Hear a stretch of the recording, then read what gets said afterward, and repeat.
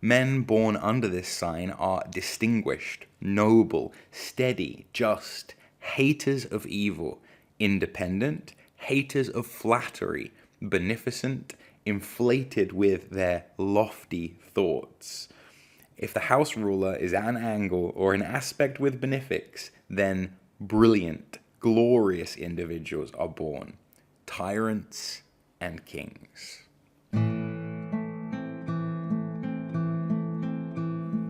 Greetings from the Pacific Northwest. You're listening to Symbolic Studies, episode 21. I'm your host, Mario, once again, joined by my lovely wife, Michelle. Today we'll be discussing the symbolism of Leo, the only sign ruled by the sun. If you're new to the show, we play voicemails from special guests and listeners like yourself. If you'd like to have access to early and exclusive content, please consider becoming a member. For everything Symbolic Studies, visit symbolicstudies.com. But before we dive into these voicemails, Michelle, my lady, how are ya? I'm doing great. It is the golden time of summer, in my opinion, because when I look out into the gardens, all the golden yellow plants are in full bloom, and it's really a sight to behold.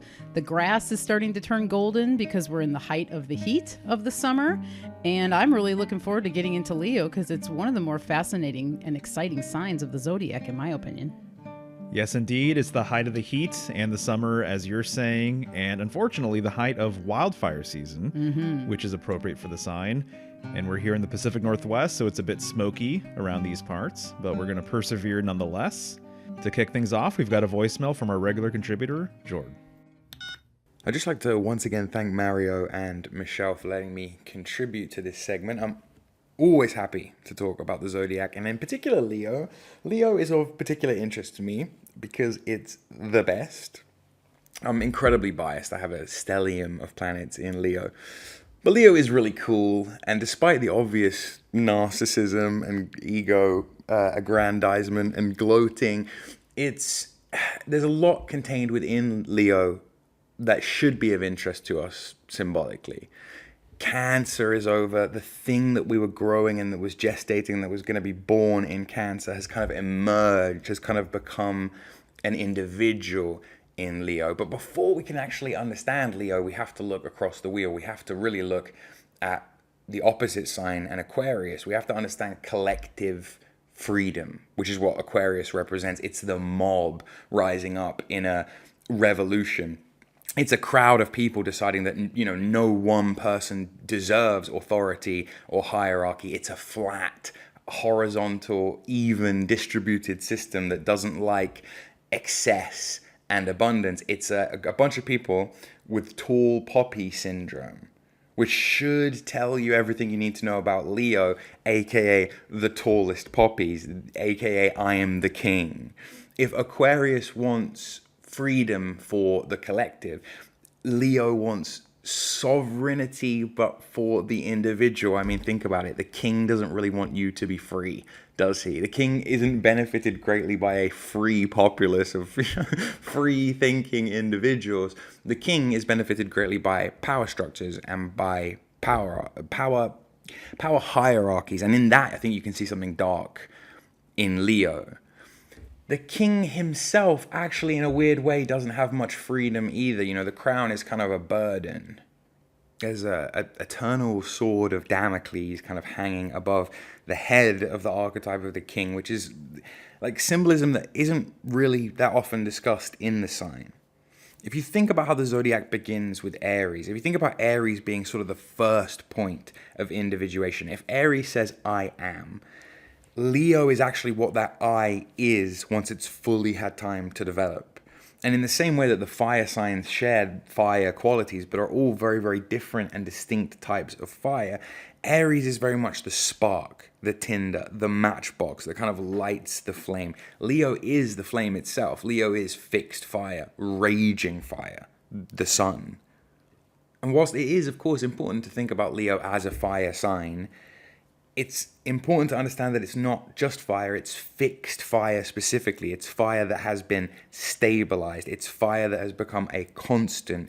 And as a result, it produces a very stable source of light and heat in the world. It gives a lot, which should speak to the fact that Leo people are so overwhelmingly generous often, but the sun is a relatively consistent thing that you can almost, set your watch by, that is very, very likely to come up again tomorrow. It's also our central source of life. And the sun, of course, being the ruler of Leo. The sun, I think, metaphysically representing the principle of individuation.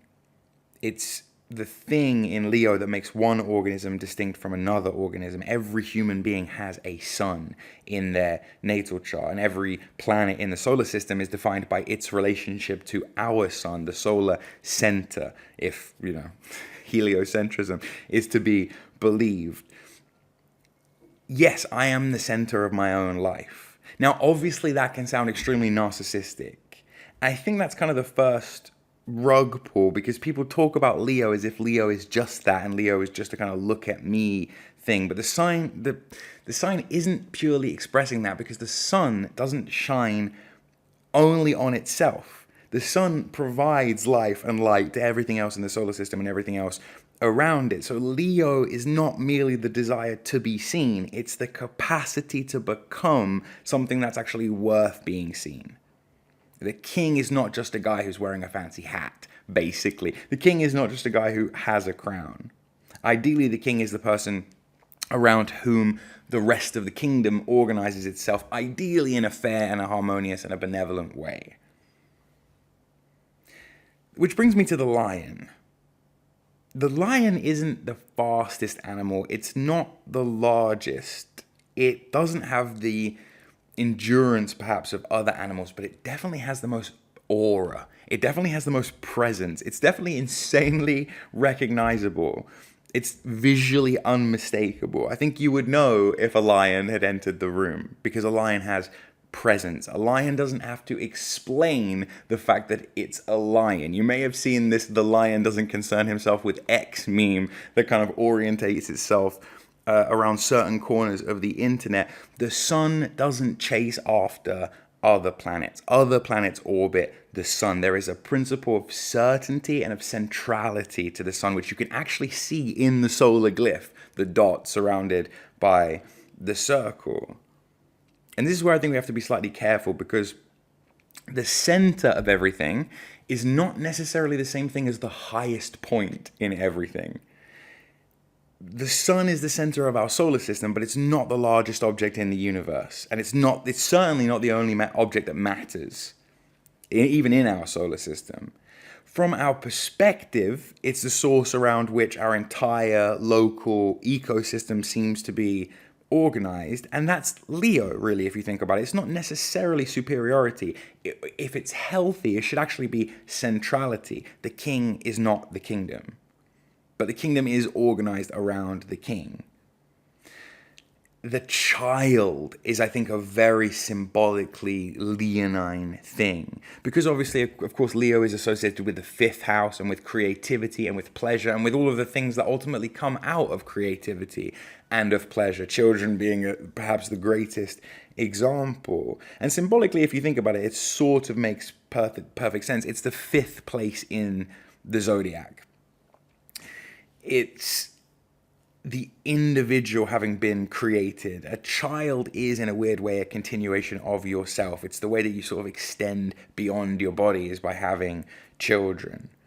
Your individuality producing something that didn't exist before you, that is a direct product of you, that could only have come into the world because of you. In the same way that the artist creates the work, or the writer writes the book, or the musician sings a song, the parent creates a child. They're all sort of the variations of the same symbolic process.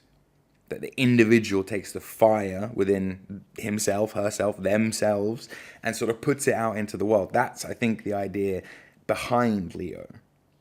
And sometimes people treat it as if like play or creativity is this like frivolous, hedonistic waste of time.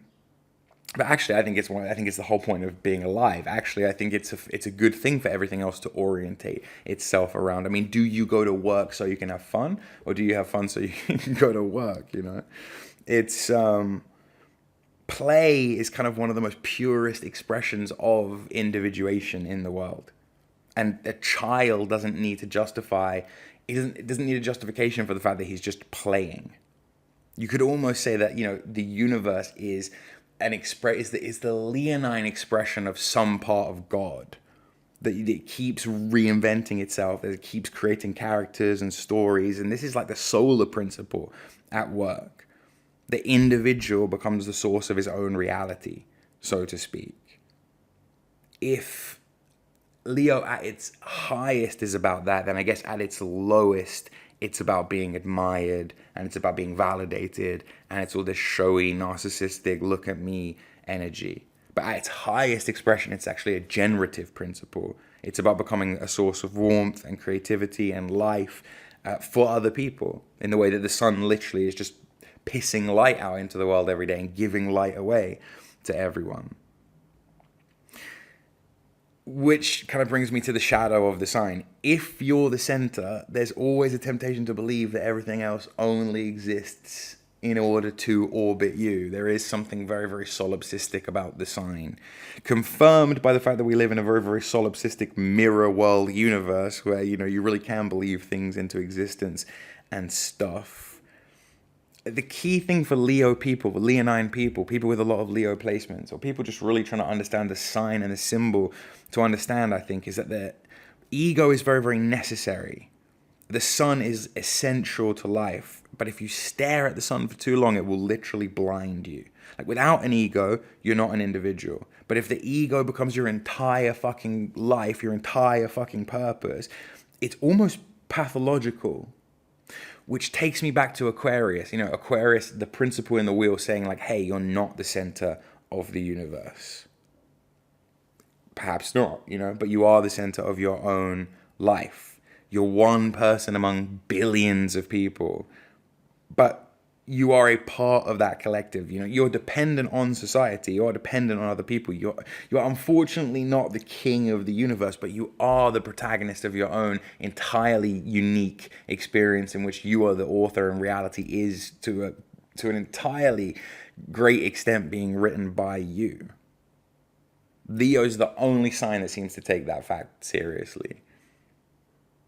And again, I don't think it's arbitrary that Leo has these associations with solar symbolism and the lion and the heart in the zodiacal man, because what is the heart if not the pump that pumps everything else around the body? Again, centrality, vitality, life being distributed outwards from a central source.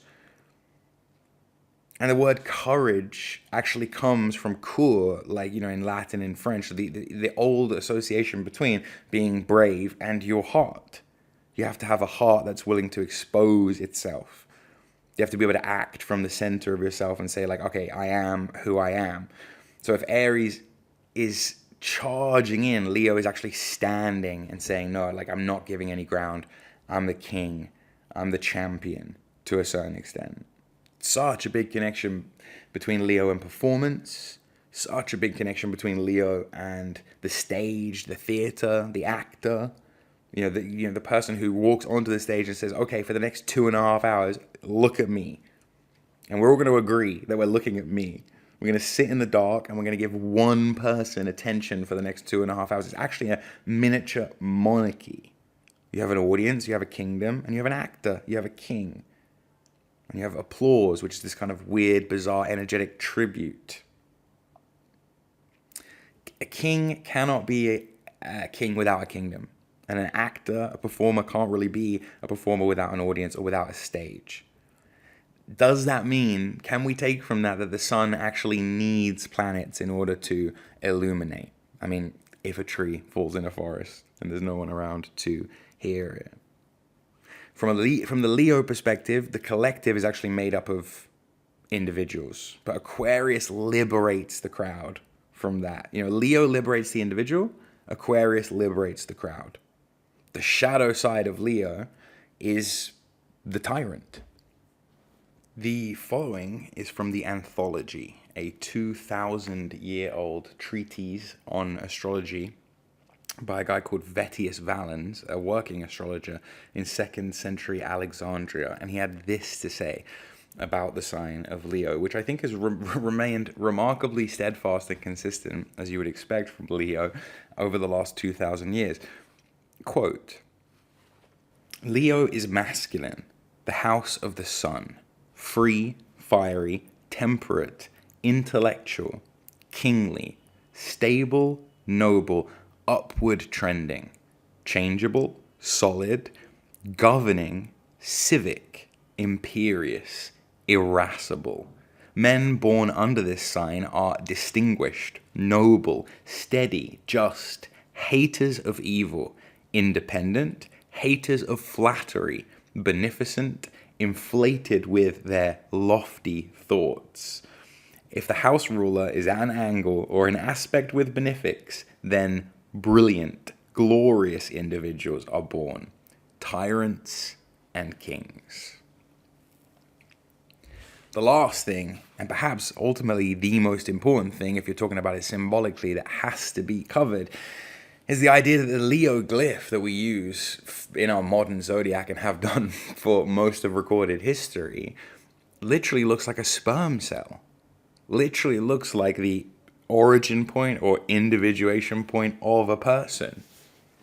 Which, even though it couldn't have been intentional, is one of those incredibly great symbolic synchronicities that I think we have to take a lot of meaning from, as schizophrenic as it is. But I just want to thank Mario and Michelle for letting me yap about the sign. It's obviously one of my favorites, and one that I think is best understood as that principle, that same solar principle, the principle of the heart, the principle of the lion. And one that, if it's not too careful and if it's not very self-aware, can get a little bit carried away with itself. You can find me on YouTube at Jord. All right, Jord, thank you so much for that contribution. That was great stuff. Lots to chew on there, as always. I love the contrast that you brought to the table regarding Leo and Aquarius. And I'm always thinking about the relationship between the signs and their polarity, the relationship between neighboring signs. But what you brought up regarding Leo liberating the individual versus Aquarius liberating the crowd, I thought that was very interesting and really well put. I also love the contrast that you brought to the table regarding the shadow side of Leo, which is absolutely worth talking about. And what I tend to think of is the difference between a righteous king and a tyrannical king. And this relates to a very deep weave regarding Leo relating to Christ and the Antichrist. And so Christ is sometimes referred to as the Lion of Judah, but there's stuff in the Bible that basically relates the lion to being this tyrannical figure. And a lot of desert cultures are well aware of this dynamic with the sun as well. You know, we tend to think of the sun here in the West as being this life-giving, life-generating luminary. But of course, if you live in like the Middle East or a desert region, then you will also know that the sun can bring about death and it can bring about droughts and whatnot. So the lion, on one hand, being this noble king, this king for the people that gives proper orientation to its people, also has this energetic quality that can be very shadowy, very dark, and essentially, if he is imbalanced, then basically he becomes a dark force for the empire, a dark force for his people, giving his people improper orientation and basically bringing down the whole entire collective. Also regarding this shadowy dynamic of Leo and the lion, you know, it just depends on what side of the equation you're on when it comes to encountering the lion. Is the lion in favor of you, trying to protect you? There's many stories and many myths about this. As an example, the lion is very fond of virgins. There's a number of folk tales that relate to this and folk stories that relate to this, that the lion has this fondness for the maiden.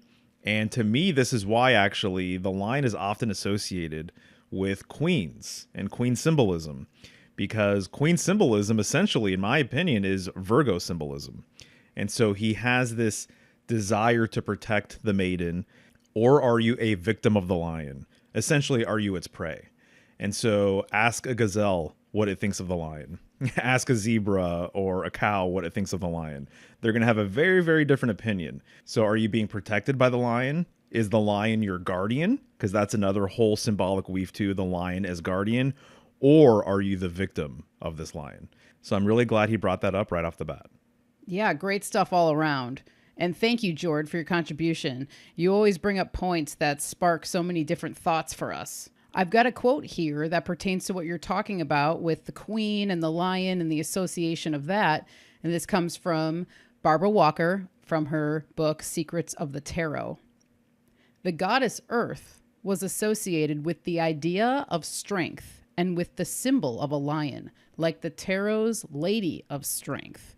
And actually, Barbara has a lot of great points about how the lion is associated very heavily with a female presence and kind of the original female, kind of that idea of her strength to be able to bring you into the world or take you out of the world.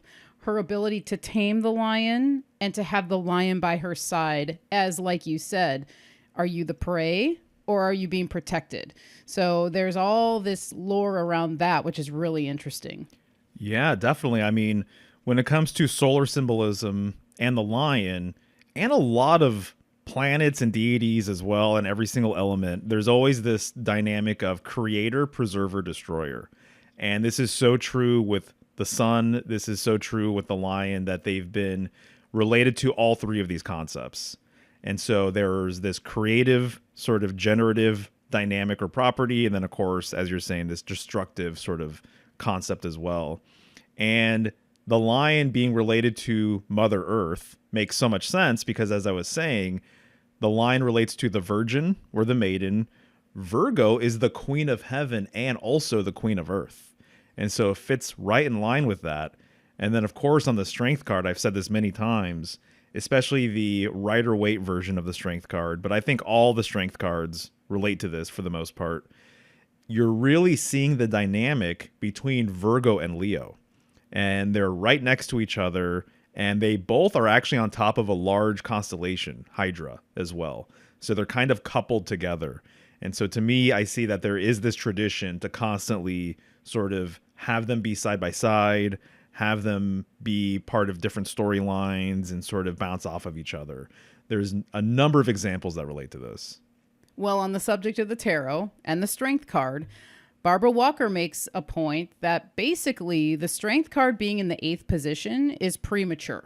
And she argues, and in her deck has that strength is actually the 11th card. And this would go along with the fact that by the time we're in that part of the tarot, we're about to head into, quote, the underworld of the tarot. So we're going to be heading into the Hangman, where there's an implied sacrifice. Then we're going to the Death card, and onward. So I found that to be very interesting. I've heard about this switch over the years, but I can't say that I fully understand it or will take a hard side on either or. But it's something to chew on, and if you want to look into it more, there's plenty of stuff on it. But in her book, The Secrets of the Tarot, she does go into it quite a bit.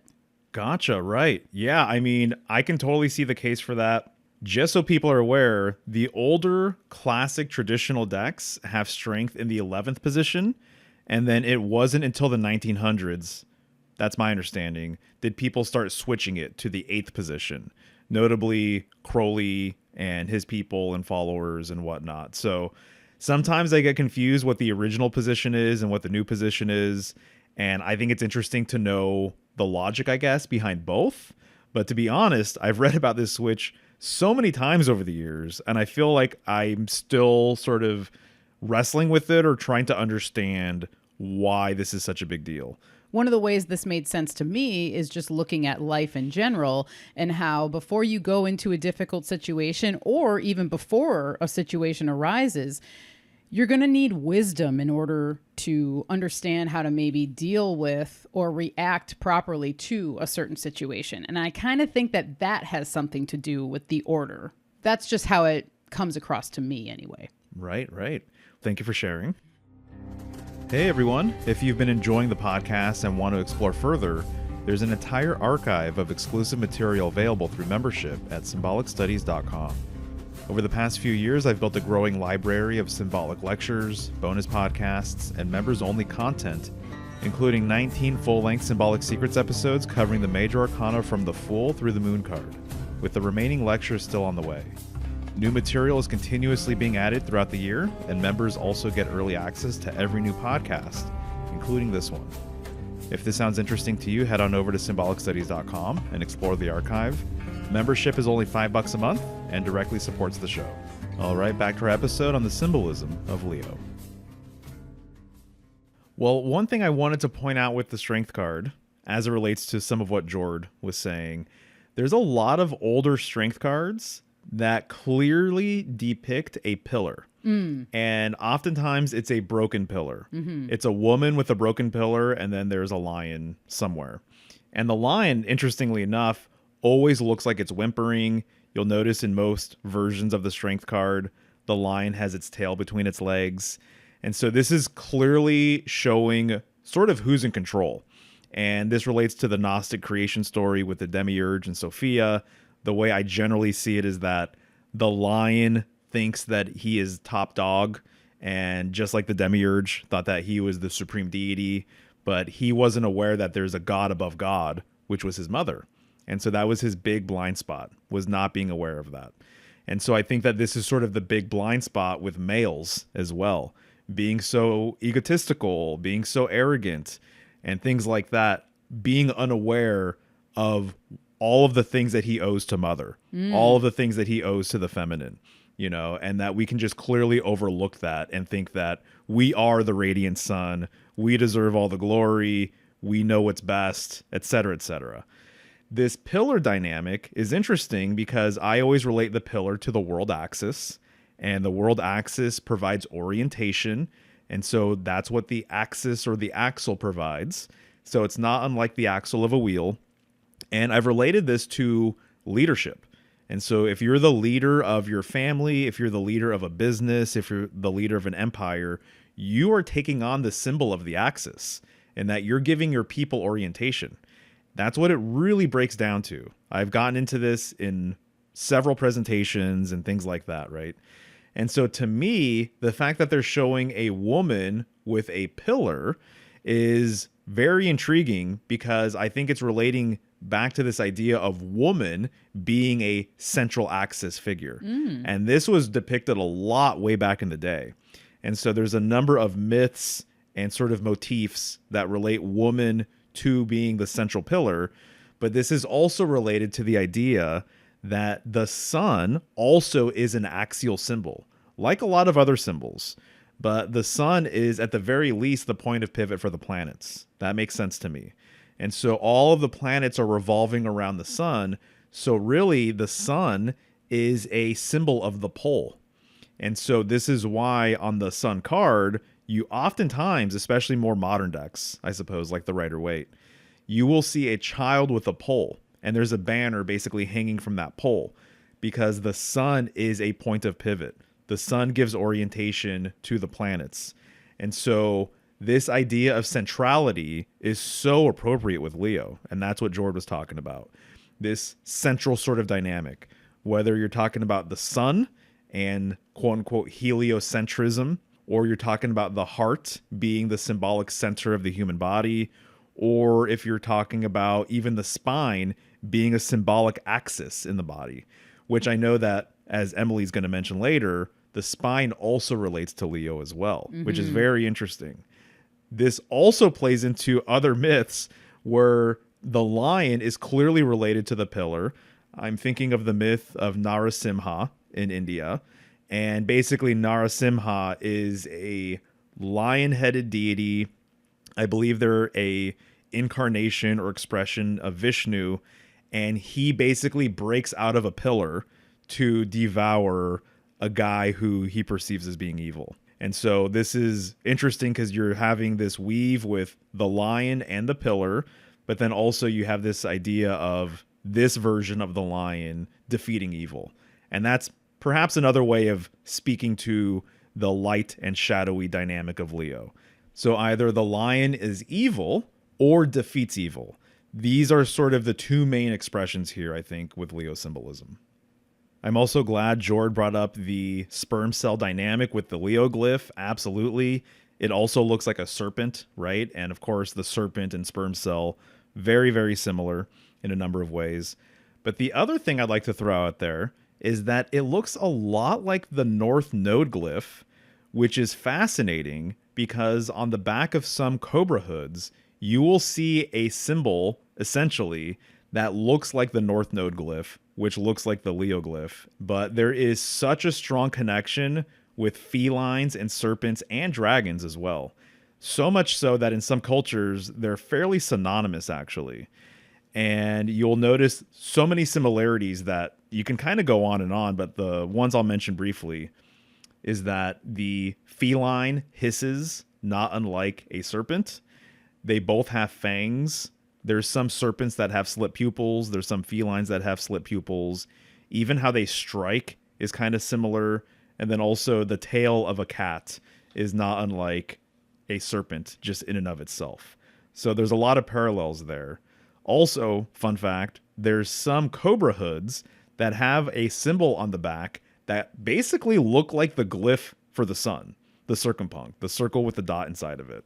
You know, what are the odds that some Cobra hoods have basically an embedded glyph that looks very solar and then very much like the North Node? Really fascinating stuff. And let's not forget as well that the strength card corresponds with Tet or Teth in Hebrew, which literally means serpent. So it's a full sort of weave with all of this. And speaking of solar symbolism, the sun card, etc., it only makes sense to talk about the sunflower, does it not? I know you have some things to say about that, right? Yes, totally. And, Jord brought up the sun as a provider. And through my research, I was able to connect the sunflower to basically it being a gold mine of resources for health, for the farm, for the home. From the seeds to the stalk to the leaves to the pith of the stalk, it can all be used. And so a lot of people know sunflowers as a food. Also, it's a really wonderful oil. Over the recent times, I feel like seed oils have come up and been kind of given a bad name. But what we have to remember about a lot of these sorts of things is that it all depends on how the plant is grown, but then how the seed is extracted for oil. And so if you're going to be using sunflower oil, you want to find a cold pressed organic oil, because that means that it has not been heated. And it's once the heat is applied to these seeds, that's when the oil can become not as healthy for us. The first pressing of a seed oil is going to be the highest quality. And then after they do that first pressing, they'll usually apply high heat to it to extract more oil, which degrades it one more step further. And then they'll even come in and use solvents to extract more oil. So in our household, you're the one in the grocery store reading the labels and everything else. And I trust you for that. And you do a great job with that. Do they always mention how many pressings the oil has been through, or if it's hot or cold pressed? Do they explain those details, or do you have to really look and know and like source the brand to figure out if you're getting the right kind of oil or not? Well, it depends. If you're buying just the straight oil, yes, most of the time the labels will indicate that this is a cold pressed sunflower oil. But if it's being used, say, in chips, like a lot of times chips and fried snack foods are fried in seed oils or canola oil or something like that. In that case, they're not going to indicate on the bag of chips that it's a cold pressed oil, usually, unless it's a very high end artisanal sort of product. You can pretty much bet that a lot of the sunflower oil that is used in a food or whatever is probably one of the lower grade heat treated oils. Once the seeds are fully extracted and all the oil has been pulled out, they're left with what's called a seed cake. And now a lot of times these seed cakes are turned into food for livestock, particularly cattle. And I have a quote here from my book, A Modern Herbal, where she writes, "It is said that cows fed on sunflower seed oil cake mixed with bran will have an increased flow of good, rich milk." So sunflowers are really highly nutritious. There's a lot of vitamin E oil in them, and that's one of the reasons why they're so revered for oil. But these uses that are beyond all of these things that we kind of don't see, they're almost behind the scenes, have been going on historically for a long time. So like the leaves of the sunflower, for example, can be crushed and used as bedding. You can be giving the sunflower seeds raw to your chickens and birds and other animals, and they're really going to benefit from it. So this idea of the sunflower as a provider is really intriguing to me, because not only is it on an economical level, it's also on a medicinal level and even just an aesthetic level, because sunflowers are sought after as cut flowers. Sunflowers, along with flowers like rose or gladiolus or even dahlias, are typically grafted, and there's all different types of strains of them that have been created. There's pollenless sunflowers, which are genetically modified so that they don't produce pollen, and then they can be used as a cut flower in arrangements and stuff like this.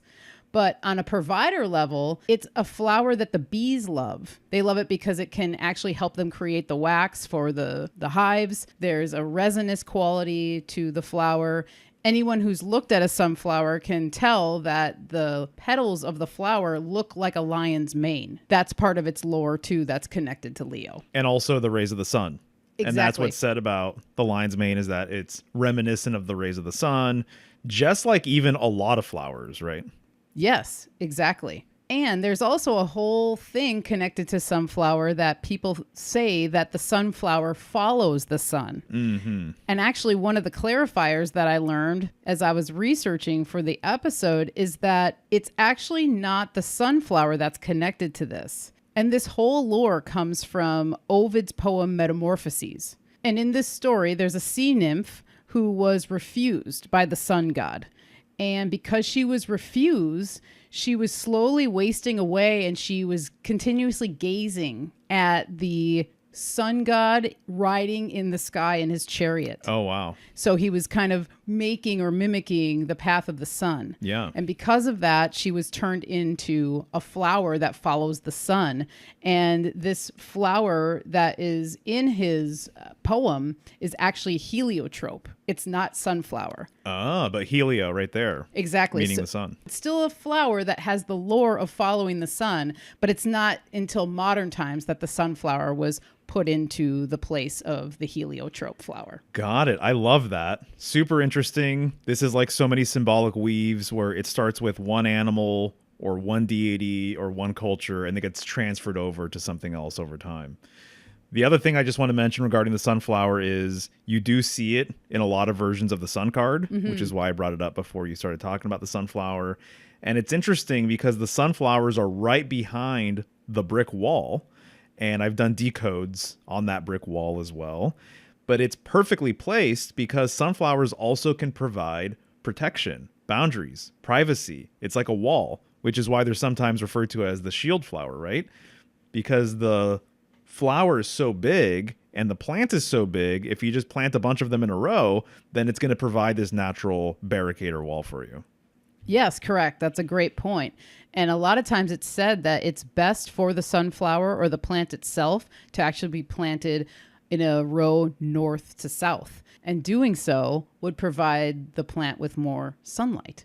Now, the final thing about sunflower I want to bring up is that it will strip your soil of potassium, or sometimes what is called potash.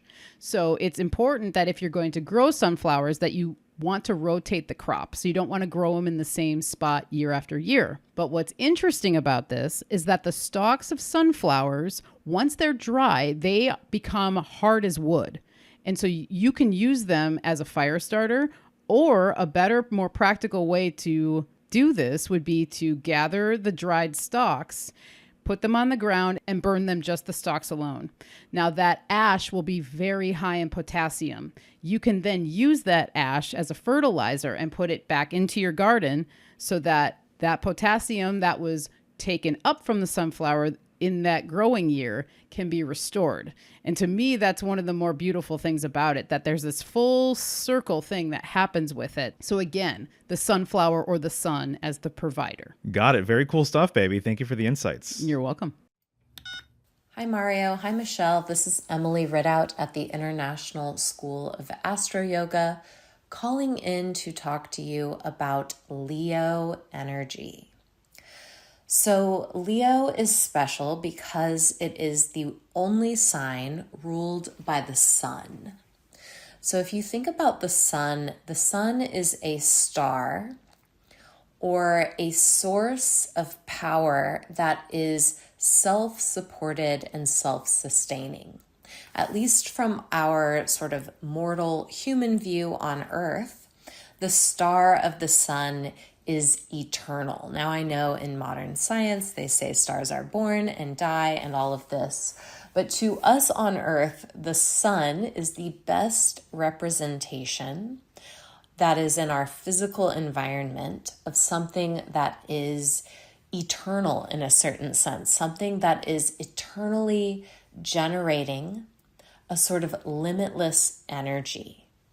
And that's why this symbol of the sun is often chosen to represent the limitless light energy, which is the so-called sun beyond the sun, sun behind the sun, that is the limitless light of consciousness, right? This is the thing that every religion, every spiritual system, every meditation tradition is trying to contemplate, move toward, embody more of, or in some sense create an impression of, even though by the time you make an impression of it or you try to describe it in words or you have a personal experience of it, it has been diminished in the at least intellectual understanding of it, because it is in fact limitless and can really only be described by that which it is not, without limit, without time, without space. So we have this idea of the limitless light showing up in Leo. And we find that in the body, Leo is represented by the spine and the heart and the cardiac nerve ganglia. So when we're looking at Leo energy, we're looking at something that is inherently limitless, at least within the capacity that it's being explored and described. So within the body, our limitless sort of source of energy is our heart and our spine.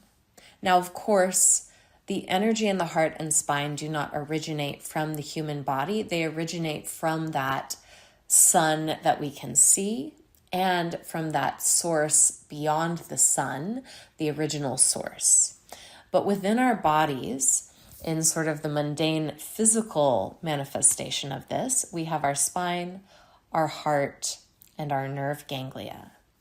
And we find that it is indeed these body parts that are explored in great depth in systems like yoga, like the Kabbalah, like different alchemical traditions, where we look at the energy and the voice that is present in the heart, and we consider the pathways and passageways that are related to the spine and the nerves flowing through the spine. So the electrical impulses of the nervous system, the electrical impulses of the heart, and also the subtle body passageways that are connected to these areas, right? The understanding that the nadis, the channels of the body, flow through the spine.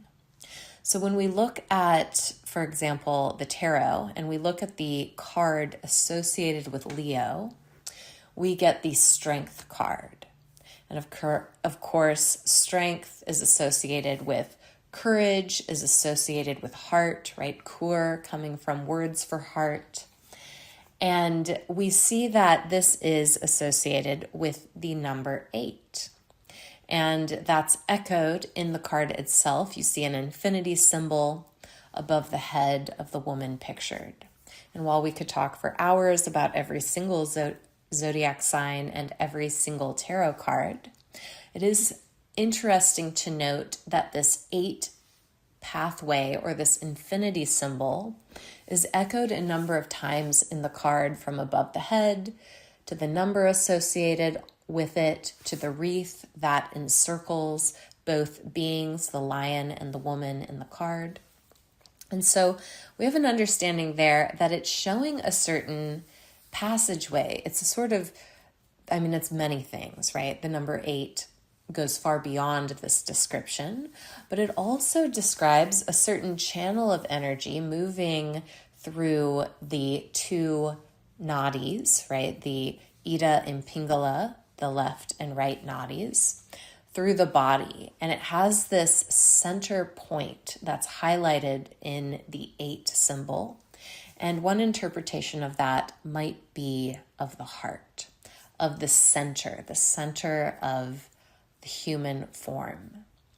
And indeed, it's to this center that the traditions say we should listen, right? We have such mundane terminology for it, in our popular culture, like follow your heart, listen to your heart. But indeed, that is where they say the still small voice within, the voice that is connected to that bigger understanding of the limitless light, abides. So I think that's just one of the most interesting things about Leo. Now, on the mundane level, right, and none of this is really mundane, we have the understanding that Leo is also associated with creativity. And this is very important because when we think about Leo energy, when we think about the spine and the heart and the body, very essential, we think about the limitless light, the sun beyond the sun that we're all sort of wondering about for our entire lives, seeking to describe and yet never capable of describing, and yet it is the reality in which we live and move and abide. So when we're looking at Leo energy and we find it's associated with creativity, we have an understanding of just how important creativity is, just how essential. Leo's also associated with play and this idea of the inner child. Now, Leo, if you go to an astrologer and we do a chart reading for you, we often will look at Leo and look at children, literal children you may have, brain children you may have, creative acts you may do, but it also represents the state of being in which you've returned to a childlike state. Exoteric religion calls this being born again sometimes. You hear that. Or people in spiritual circles will say, oh, I had a rebirth, right? I found myself again. I came to myself again. And it was like I was new in some way. It's like the world was new again.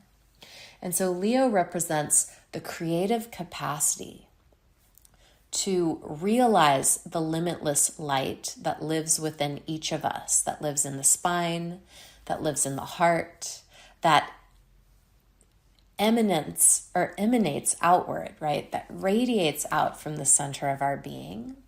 That when we tap into that, we are in fact able to be a bit more childlike. Now, that's not to say we operate from a lens of naivete or we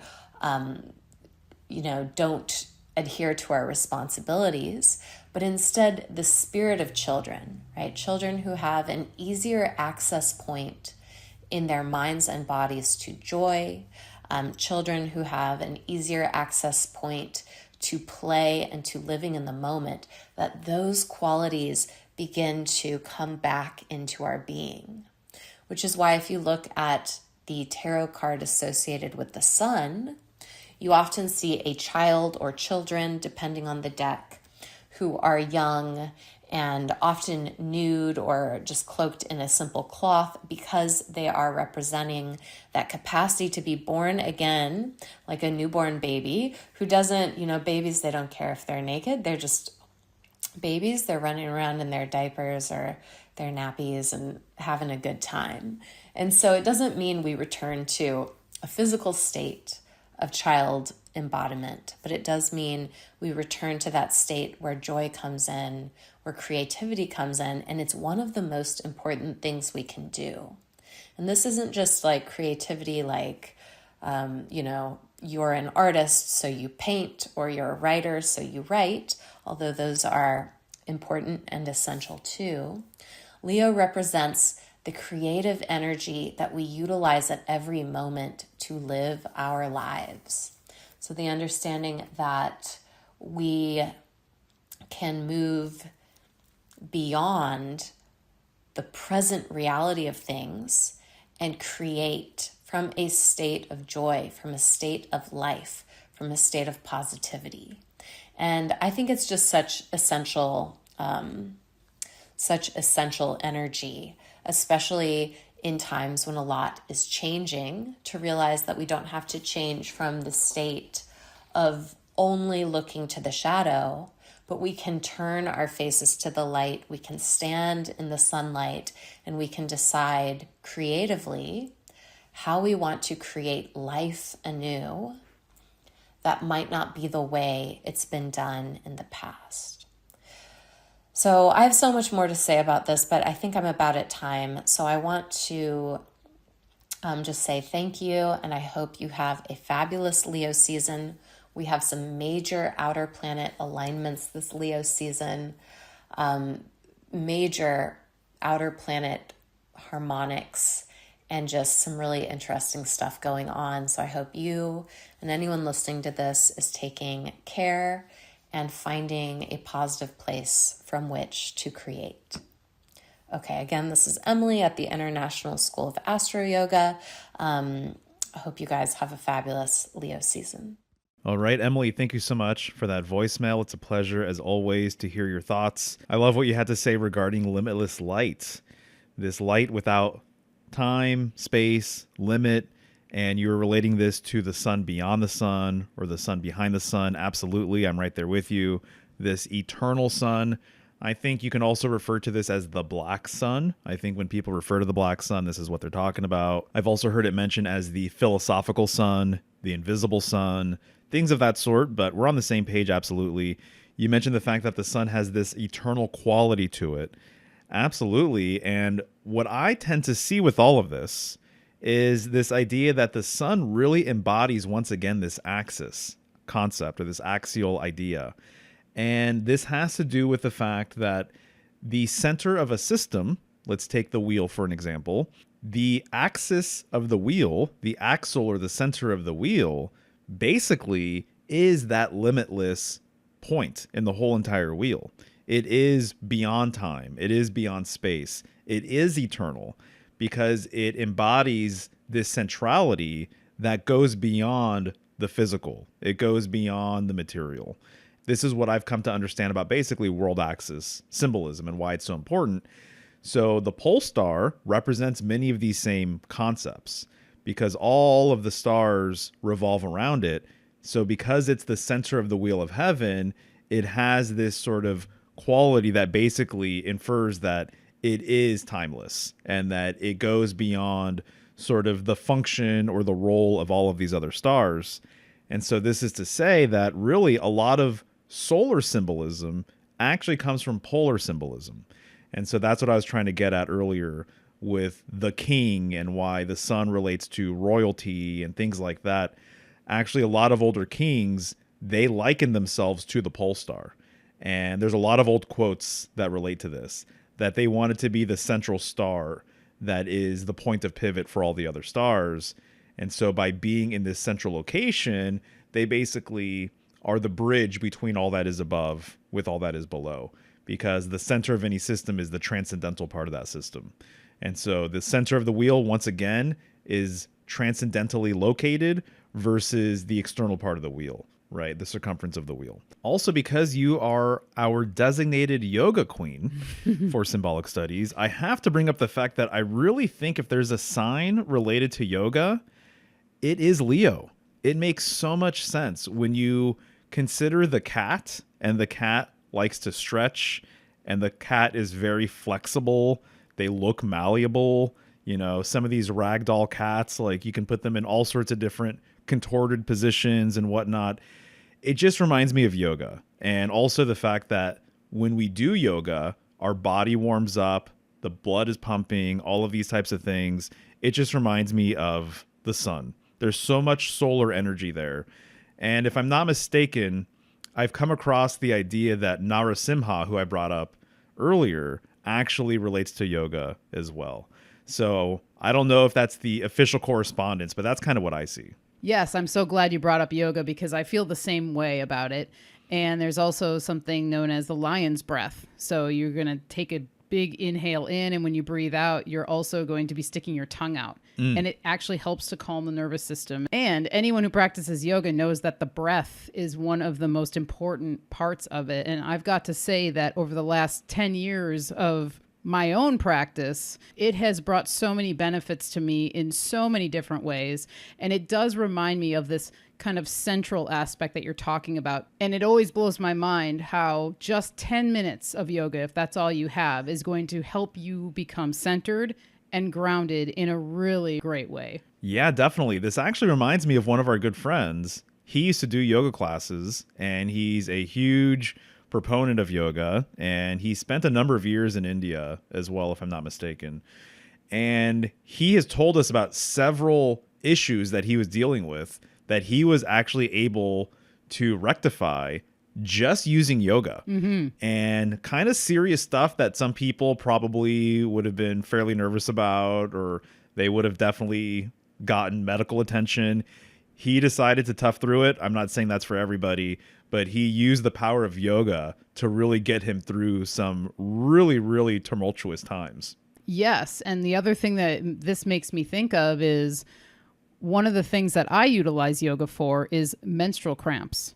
And sometimes when you're feeling really crampy or that tiredness that comes with menstruation, particularly on like the first, second day, doing specific yoga poses that are grounded really, really help to reduce the amount of cramping and the pain that is involved with that. The other thing too, before we move on from yoga, there's multiple other poses that are related to cats. So we have Sphinx pose, and then you have another pose that is called cat and cow, where you're flexing your spine. So again, there you're going with the spine connection with Leo. Right. Well, if we're talking about the spine and Leo, and we brought up the serpentine connection, it just reminds me of Kundalini symbolism as well, the twin serpents. So there's all of that. Totally. And there's also a branch of yoga that's called Kundalini yoga. I'm glad Emily brought up the infinity sign on the strength card for the Rider-Waite version. It's interesting because, as I'm saying, that woman appears to be a representation of Virgo, and Virgo is ruled by Mercury. You're also going to see an infinity sign above the head of the magician, who also corresponds with Mercury. So there's this mercurial component, I think, that's connected to that infinity sign. As she said, it appropriately looks like the number 8. And I just have to say, it's intriguing to consider the 8 position of the strength card and the whole idea of the 8-8 Lions Gate. Now, this is a whole entire weave, and there's many differences of opinion about the 8-8 Lions Gate. But it's just kind of interesting that August is the 8th month. Most of Leo season takes place during August. And then we have this 8-8 infinity dynamic. And some people get very excited about this date. Me personally, I think it's intriguing. I don't put too much stock into it, but I just think it's kind of a curious sort of thing here. The amount of 8s that we're kind of seeing during Leo season. Funny enough, the number 9 kind of comes into play a couple of different times. And it's interesting. I think if you're going to pick 2 glyphs in the zodiac that have the most variety to them, I would say it's Capricorn and then also the Leo glyph. Some of the Leo glyphs look open. Some of them look more like sperm cells. Some of them have closed loops. Some of them have open loops. There's actually a bit of variety there. And one of the older Leo symbols I've come across, it looks almost exactly like the number 9.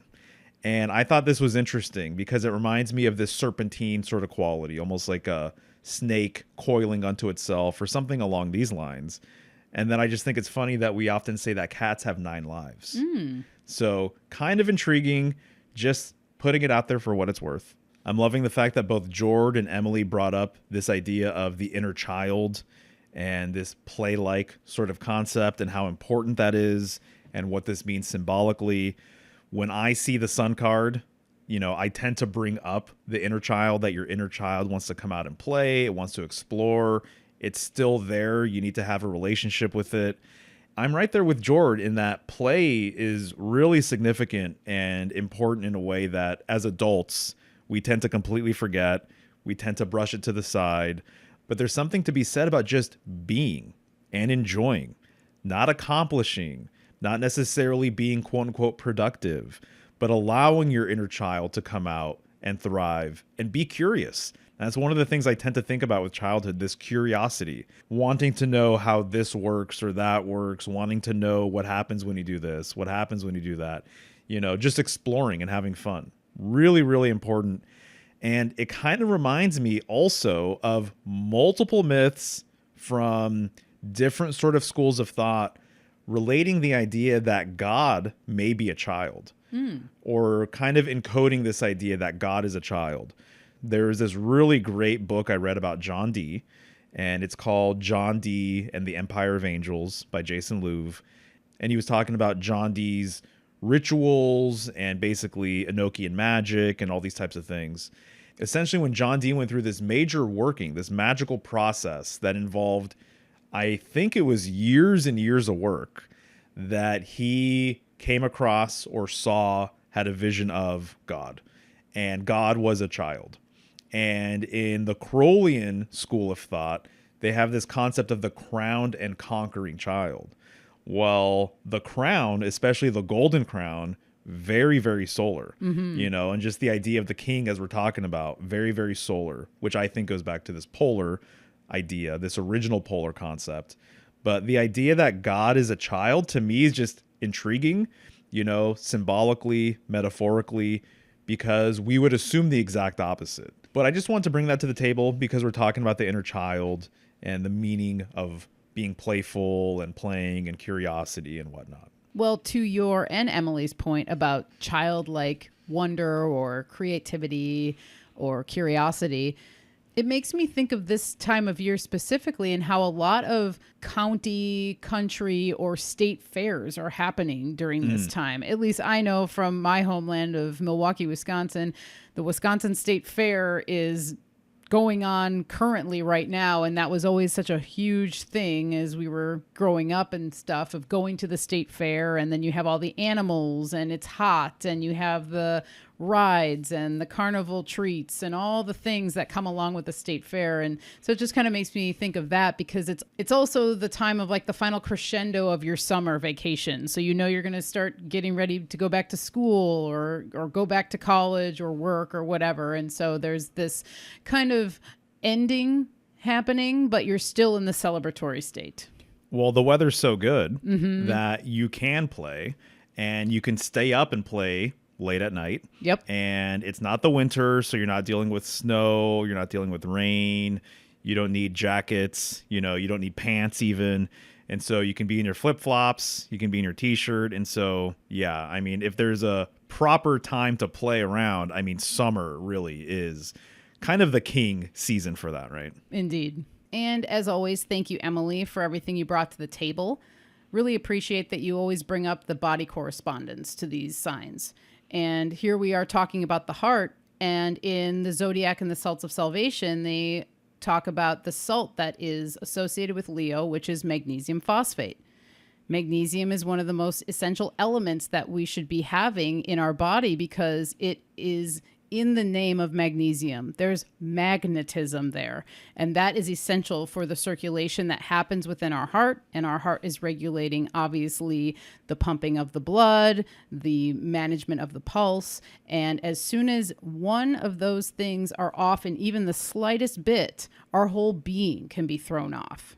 Right. And we actually just had a personal lesson with magnesium, and there were some chronic issues that I was dealing with, kind of light in comparison to a lot of other things, but magnesium seems to have done the trick. Yep. So really it is so crucial, and you were telling me for a little while to take it, and I finally did, and now I'm here and I'm much better than I was before. So just a personal testament to the power of magnesium. Oh yes, definitely. Hello, Mara and Michelle. As a Leo rising myself, I'm going to be like a cat with a ball of yarn pulling at several threads about Leo symbolism. But first, I'd like to reference the solar hero myth in today's pop culture. So a few weeks ago, I happened to rewatch the 2013 Man of Steel movie directed by Zack Snyder, and I couldn't help but see some correlations. Now, the common popular law around Superman is that the sun unlocks his DNA, bestowing upon him superhuman abilities like super strength, flight, and X-ray vision. Whenever we see Superman weakened, he simply needs to recharge himself through exposure to the sun. In the Zack Snyder retelling of Superman, he actually ties in the 33 symbolism, marking the age of Clark Kent when he steps into his role or alter ego Superman. Now, 33 years, we may recall, is when the lunar and solar calendars realign. So, reflecting on Superman, I couldn't help but see similarities with us as human beings. We too are children of the sun, for we are creatures governed by the light. Even we find the parallel of the birth of a new dawn with the birth of new life emerging from the dark womb. Now, we all know plants photosynthesize light into energy and food, but I think we kind of also photosynthesize light through our skin when UVB light radiation triggers the conversion of cholesterol compounds to produce the hormone we strangely call vitamin D. This hormone, vitamin D, is critical in regulating calcium for our bone density, our immune system, and for balancing our sex hormones, the estrogen in women and testosterone in men. Sunlight, vitamin D, and the overall circadian rhythm all help to regulate our endocrine system and ultimately our moods. We could kind of think of sunlight as a happy drug. And interestingly, the circadian rhythm is also tied to the heart, specifically in terms of regulating heart rate, blood pressure, and cellular metabolism. Now, on the subject of light, I think it's kind of funny that humans, hue, phonetically sounds like hue, H-U-E, as in the 7 hues of the visible light of the electromagnetic spectrum. Now, bees, for instance, can see outside of the visible light into the ultraviolet range of the electromagnetic spectrum, and so can cats. Now, I want to share a few points on Leo symbolism as it pertains to northern symbolism. So first, let's look at the Leo constellation. It is visible in the night sky during the spring and summer months in the northern hemisphere. It is easily recognizable by the inverted upside down question mark, known by the asterism the sickle. That sickle shape forms the head and upper torso of the lion, where we find the bright star Regulus, one of the royal stars. Locating the Leo constellation is actually a handy tool to locate the current North Star, Polaris, as the center of the Leo constellation lines up to the 2 pointer stars, Merak and Dubhe, which lie the outer part of the bowl of the Big Dipper. Now, directly north or above these pointer stars is Polaris. And another name for the dippers are Ursa Major and Ursa Minor. Now, the word Ursa comes from the Proto-Indo-European language meaning bear. And I find it interesting, though, that Ur in Proto-Germanic means up or out or outward. And curiously, in the Sumerian language, Ur, U-R, means dog or carnivorous beast, like a lion. In Sumerian astronomical texts, the Leo constellation was written as Mul-Ur-Gula, the great dog or great lion. Now, I want to briefly return to the royal star Regulus, at the heart of Leo.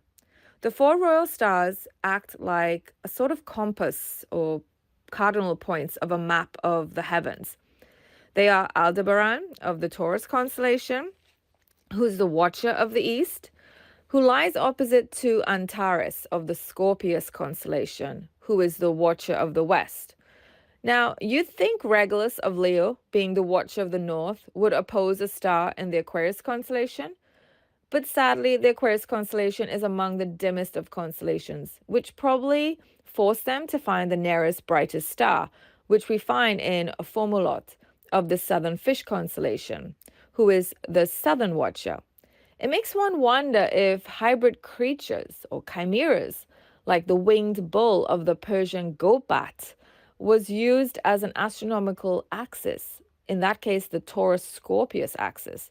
Just like we can suggest that the Sphinx, with the body of a lion and a head of a human, is a symbolic marker of the Leo-Aquarius axis. I mean, it's safe to say these hybrid creatures did not actually exist, or else we would have found by now some skeleton remains. And perhaps they were instead encoding astronomical information of events written in story form, like a myth. Now, the Roman goddess Aurora, the goddess of the dawn, she rises from the ocean pulled by a horse-drawn chariot.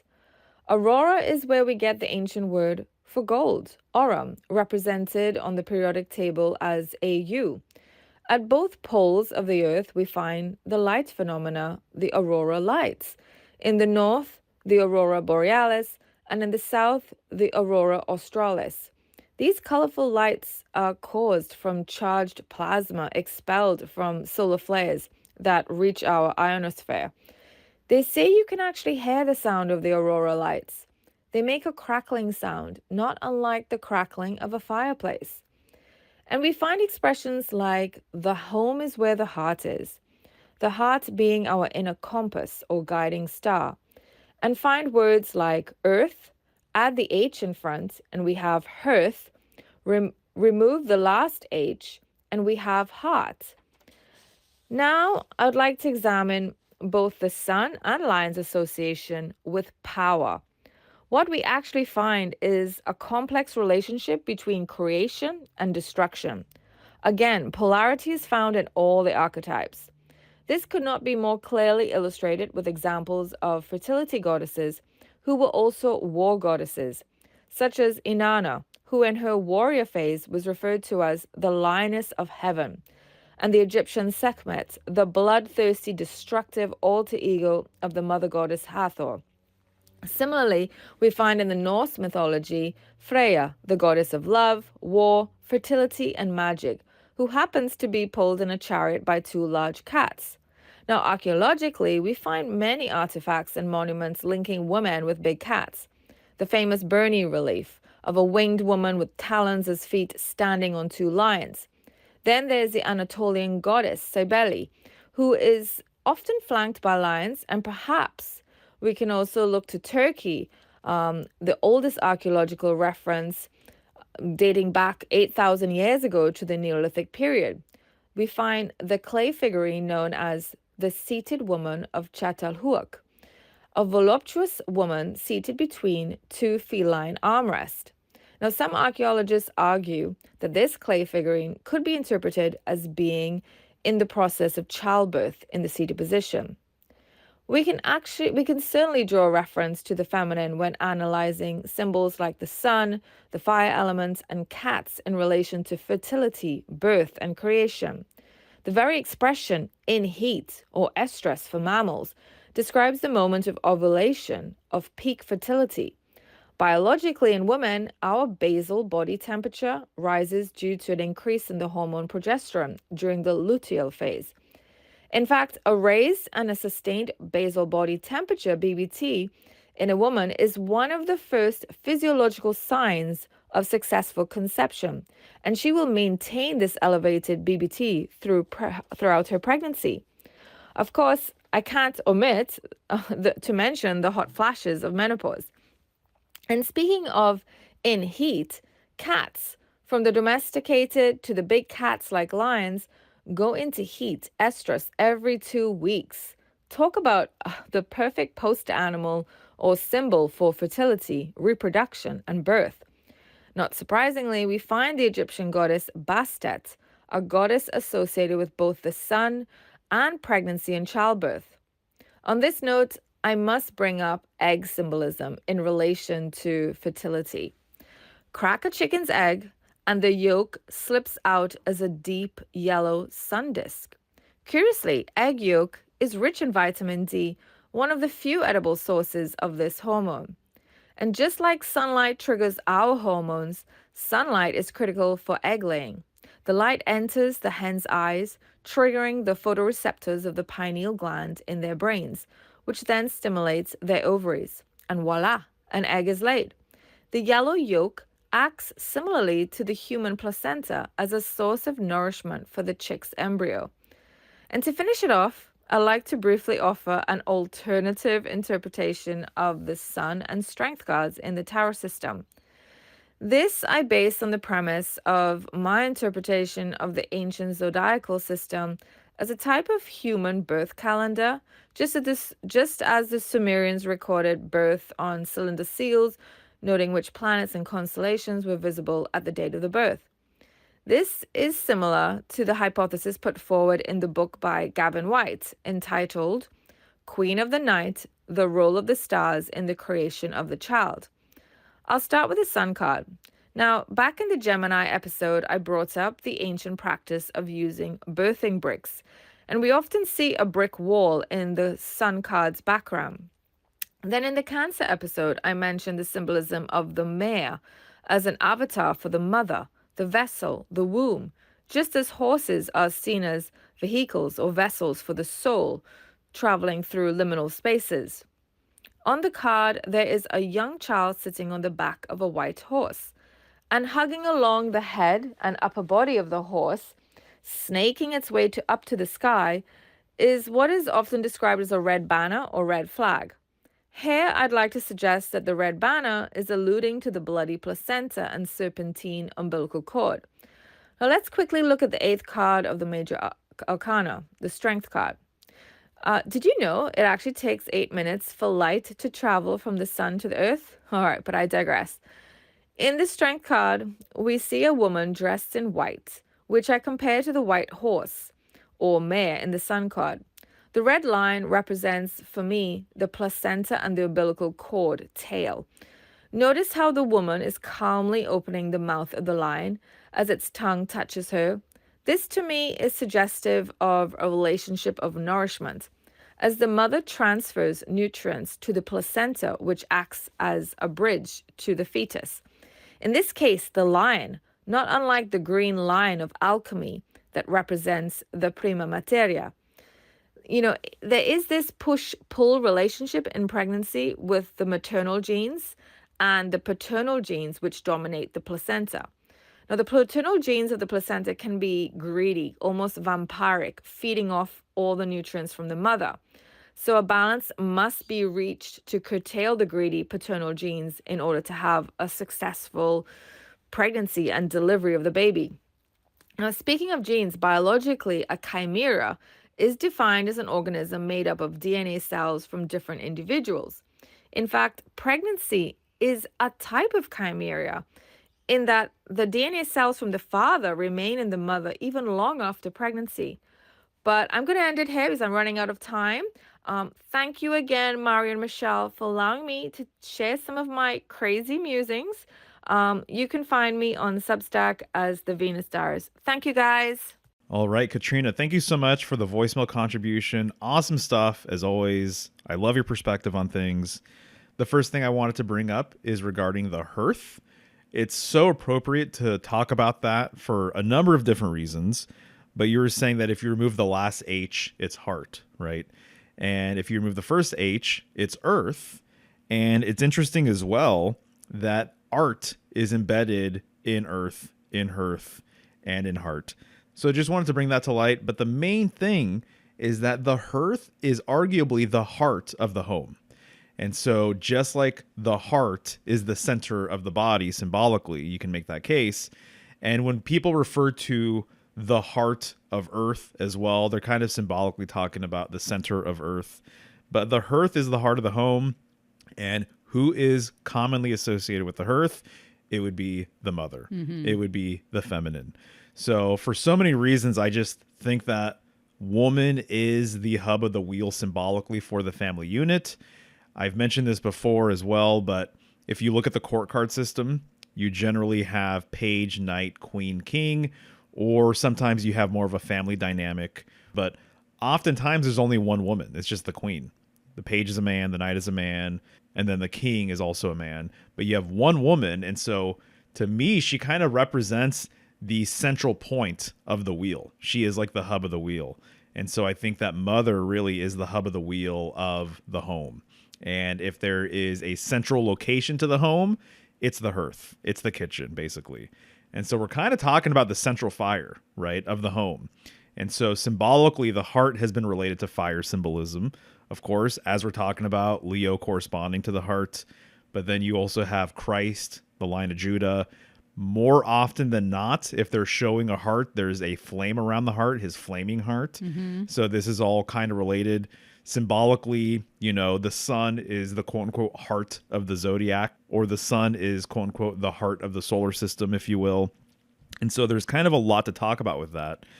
Also, if we're talking about sort of wordplay and words embedded within words, if you just remove the R in heart, you now have heat, right? And so there's a lot kind of going on there. And then also there's the whole thing with cats running hot, felines running hot. And my understanding is that the origin of felines is more of a deserty sort of thing, right? Yeah, correct. They're kind of known as like a desert animal, actually, and that they can and do thrive in hotter environments because their base temperature is actually 102 degrees. Definitely. I mean, snuggle up with a cat and you know that they're little generators of heat, Oh, yeah. And also they're usually drawn to the hearth or the warm place of the house, which is typically a fireplace, or the kitchen. And the other thing that makes me think of with the whole wordplay that we're going off of and the art aspect is the word artisanal, and that a lot of times that is connected to artisanal baking or artisanal creations from the kitchen. At least that's what I correlate it to. Right. Yeah. I mean, it could be other things, but you're right. When I hear artisanal, oftentimes it does have something to do with food. Right.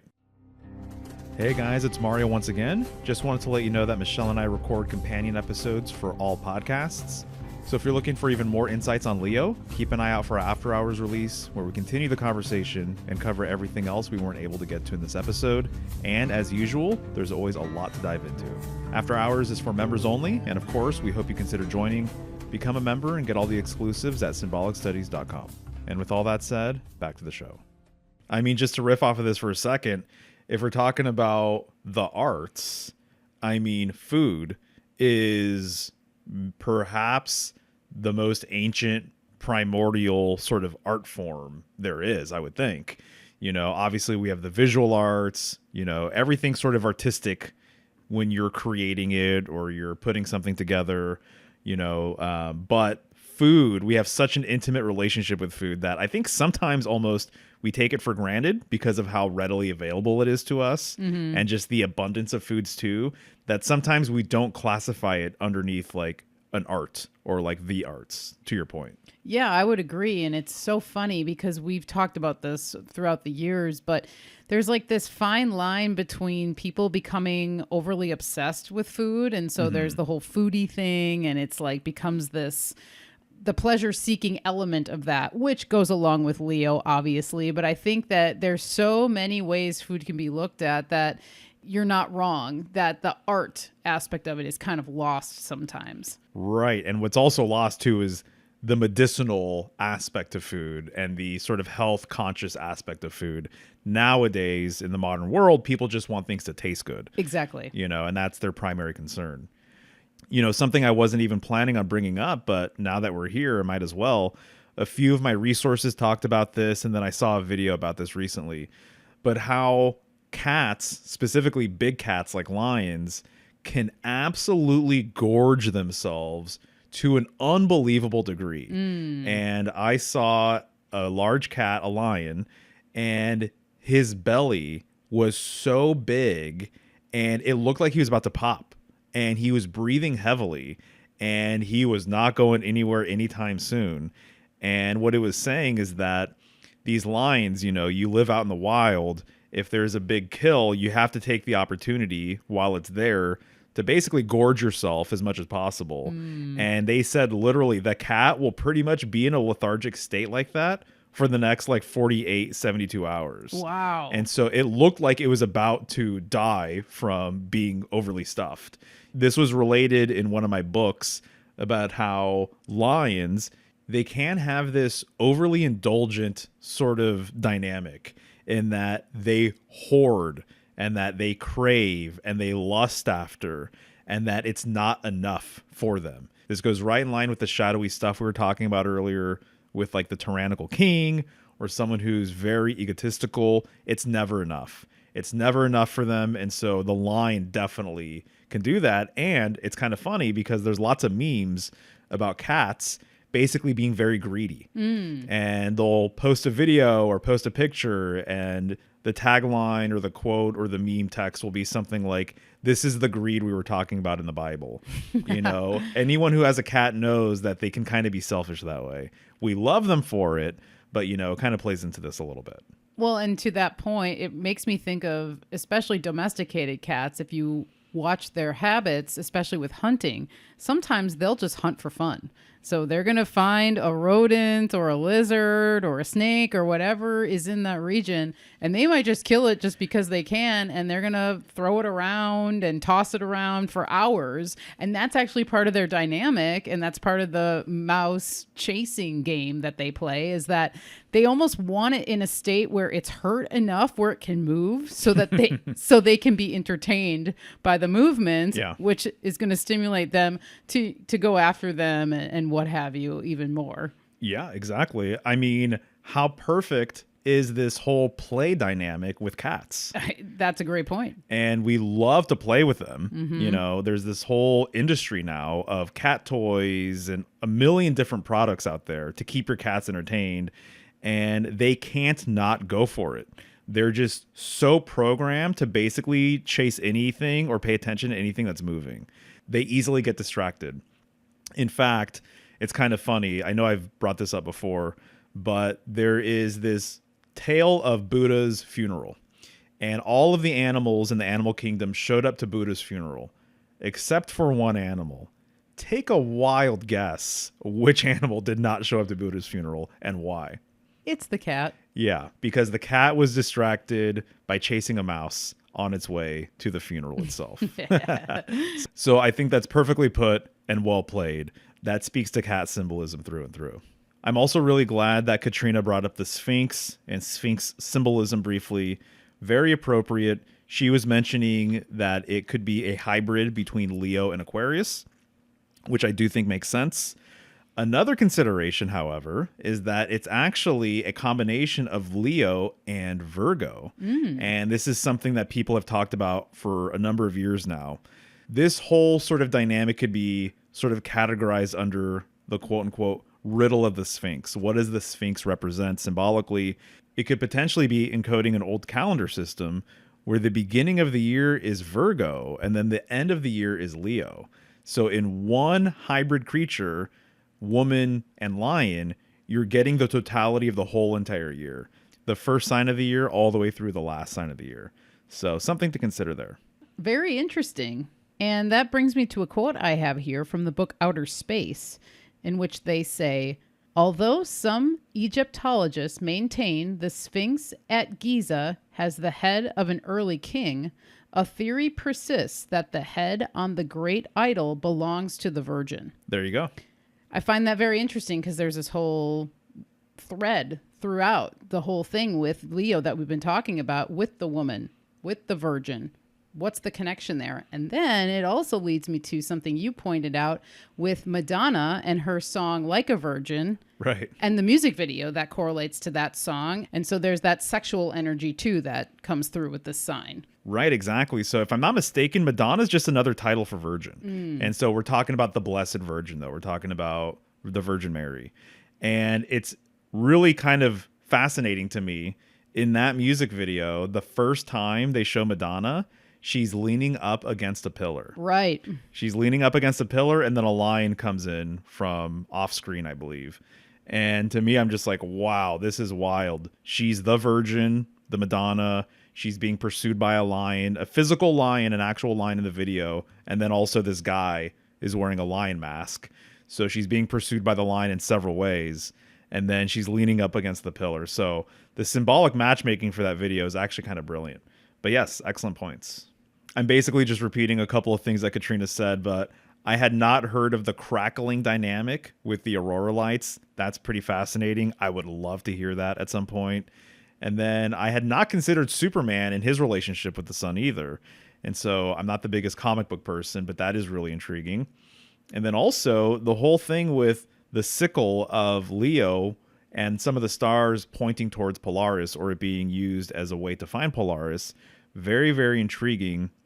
Along with also the whole egg dynamic and vitamin D. I thought that was really fascinating. Yeah, I thought that was very interesting as well. And it made me think about what Jord had brought up with the Leo glyph looking like a sperm cell. And also, you can't deny that, as I was just saying, Leo is a sign of passion, and it's also connected to sex and procreation and things like this. So it makes sense that there'd be this correlation with the egg. Also, the fact that eggs are so highly nutritious and nutritionally dense, the whole thing of them containing the vitamin D is very interesting. And I've heard different things over the years about sort of our modern perspective on food, and that we eat eggs in the morning, and then for some reason after breakfast or brunch, we no longer eat eggs, essentially. I know it's not like that exactly everywhere, but that is sort of the Western take on things. And so isn't it interesting that we eat eggs in the morning with the rising sun? Ah, that is interesting. You know, so there's this sort of baked in solar dynamic just with when we choose to eat eggs. And to add to this, then we have the call of the rooster, which is the alarm signifying the beginning of the day, the rising sun. And this is going to signal out to the other farm animals and the farmers that it's time to go. That's right. Yes. And also, not to be crude here, but the rooster is a cock. And so cock symbolism and phallic symbolism, there's a reason why these words are related to each other. And what some people have said is that it's the rising sun that brings about morning wood. Ah, there you go. And this is a Ben Balderson take. I'm pretty sure he brought this up in one of the episodes prior. And he makes the case that the sun is feminine, right? And so with the feminine sun rising, then it would make sense that men would have this sort of at play. So just throwing that out there for what it's worth. Hey, what's up? Mario, Michelle, the whole Symbolic Studies crew. Awesome to be on here giving you guys a little bit of my thoughts regarding Leo. Now, I'm a Leo rising, so I have quite a bit of personal experience interacting with the world from the Leo perspective. And I thought maybe what would give us a unique way to consider what Leo is all about is to talk about the biofield, the human energy field, the anatomy that corresponds to Leo, and the energies that represent Leo in our body, which are going to connect to the heart. So in the human biofield, the heart is the center, of course. It's very similar to the chakra system. It's this green energy, the green lion, right? And depending on the right side, the left side, the front, or the back, the type of energetic expression related to the heart energy can change. Now, Leo, of course, in the zodiac man is the heart, and that's why we're looking at it this way. Let's talk about some of these qualities. So first of all, you have the right side of the heart. In the front, this is going to have to do with our ability to say no to what we don't want and say yes to what we do want, meaning that there's a very strong association to the heart with boundaries. This comes up again with things like the rose, right? We see a lot of royal families that symbolize their coat of arms with roses and lions, sometimes together. This is because the heart energy, the warrior energy, has to have very good boundaries when it interacts with the world. Now, being able to say no to what you want can sometimes seem like no problem, but then what about saying yes to what we do want? That's the other part of Leo energy. When people talk about Leo representing fun, having a good time, summertime, July, August, being in the sun. That is being able to say yes to what we want, to what we enjoy. And when we have stuck energy in the front right, we find ourselves giving up our energy and time where we don't want to, and feeling like we don't have the energy for what we do want and enjoy. Now that's on the front. Now on the back of the right side of the heart, we have the energy of aggression, assertiveness, and sometimes anger. And so whenever we are somebody that represses anger, we don't want to be angry when we want to be a nice guy. It also puts a damper on our ability to assert ourselves, which is related to saying no and yes when we actually mean it. And assertiveness and healthy aggression allow us to both know what we want and go for it, right? Go for the kill. Very big cat, feline type of concept.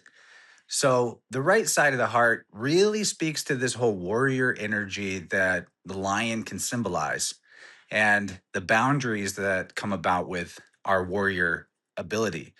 Then we have the left side of the heart, and this deals with the emotional spectrum of joy and love against grief and sadness and loss. So and this is the feminine side, whereas the right is the masculine side. So the left side of the lion or the heart in the front is going to be that axis or dichotomy, you could say, polarity between joy and sadness, happiness and loss. Love and grief, right? These things have to go together. And when somebody has a repression of their sadness or grief, they don't allow themselves to feel it, they block it. It also brings down their total level of ability to feel joy, love, connection to others, and fun. I mean, fun is, again, a big part of the Leo energy. So it's important to understand this about ourselves because even if we aren't the type to take antidepressants, for example, if we've been avoiding being real with things that have made us feel sad or depressed, our emotional range can actually become narrow. Just like the antidepressants thing, where they don't have high highs or low lows, they're just kind of smooth in the middle and lifeless in a lot of ways. Repressing sadness also brings down our full potential for joy. So, in the emotions of the body, joy and sadness are like day and night. And the same with assertiveness or healthy aggression versus anger and wrath that's destructive. They're the same energy, just in a different polarity. And we need to be able to allow both polarities, just like we have to go through the night every day or to get to the day, to get to the morning. Now, that's the left front, that's the joy, sadness. And this, even more than it affects the heart, it also affects the lungs. Energetically, the lungs and the heart are very connected in that sense. You see a lot of people get hooked on smoking whenever they have sadness that they're avoiding in life chronically. Now, the back left side of the heart, this is what sometimes in the biofield we call the pit of despair. It really connects to the left shoulder, left armpit area. And whenever we have a feeling of vulnerability to energies outside of ourselves, negative people, bad things happening in the world, that you watch the news and something terrible is shown to you and it bums you out the rest of the day. This is a boundary issue that happens in the back left of the heart energy, right? Because the warrior needs to be able to face all the darkness in the world and still shine their light and be bright. And that's exactly the purpose of the lion inside of ourself, is to have this strong boundary, strong rooted sense of self, knowing what you want and going for it, and not letting whatever is happening outside of you dampen your light, essentially. And what I've found that a lot of Leo heavy people tend to do is they really want to correct everyone around them all the time. They want everyone to be right and not be wrong or in a bad energy. So whenever we have this intolerance to where other people are, like my roommate or my significant other is really sad right now and it's affecting me and I really just want to fix it. That actually might seem like a noble idea, but it constitutes a vulnerability to that negative energy because it's not okay. So the key to the boundary on the left side is actually as simple as like radical acceptance. It's okay that they are the way they are. It's okay that the world is the way it is. And I'm not going to try to fix it or feel like things are bad because I haven't fixed whatever is wrong outside of me. It's really just about acceptance and being complete and whole in and of yourself. Now, another thing I want to talk about that's really interesting with Leo and the warrior archetype that goes along with Leo and fire signs in general is that whenever I do sessions for people, biofield tuning, energy work, during the time that the sun is in Leo, I find that as often or more often than I actually need to help them with heart related issues, it's actually ankles and the calves that come up the most. And that is kind of the Achilles heel type of concept, right? Achilles, the greatest warrior of all time, his weakness was his heel or his ankle. And that's the actual opposite to Leo in the zodiac, right? Aquarius, in the man of signs of the zodiac, rules the ankles and the calves. So if the lion is going to have any kind of weakness or vulnerability in the human body, it's the ankles and the calves. And that makes a lot of sense too, because, in a nutshell, what the ankles help us deal with is moving forward and not getting stuck. And when we have stuck energy, imbalanced energy in the left ankle, it's usually some type of fear that is preventing us from moving forward, which of course is anathema to the warrior to be bound up by fear. And then you have in the right ankle perfection. And that's the like procrastination rooted in an idea of perfection or the need for perfection. I can't move forward until everything is correct and perfect. And that's something that Leo can struggle with because they have a very lofty solar vision of what is right, true, and good. And when everything isn't aligned with that, sometimes that can hang them up, especially in themselves, if they feel like they're not perfect enough to be on stage, to take charge, to enter the fray. So keep that in mind whenever we're going through Leo season, to pay attention to your ankles and to whether or not you're letting your idea of perfection get you stuck, because that, or fear, of course, get you stuck, because those are the things that the lion energy is most weak to.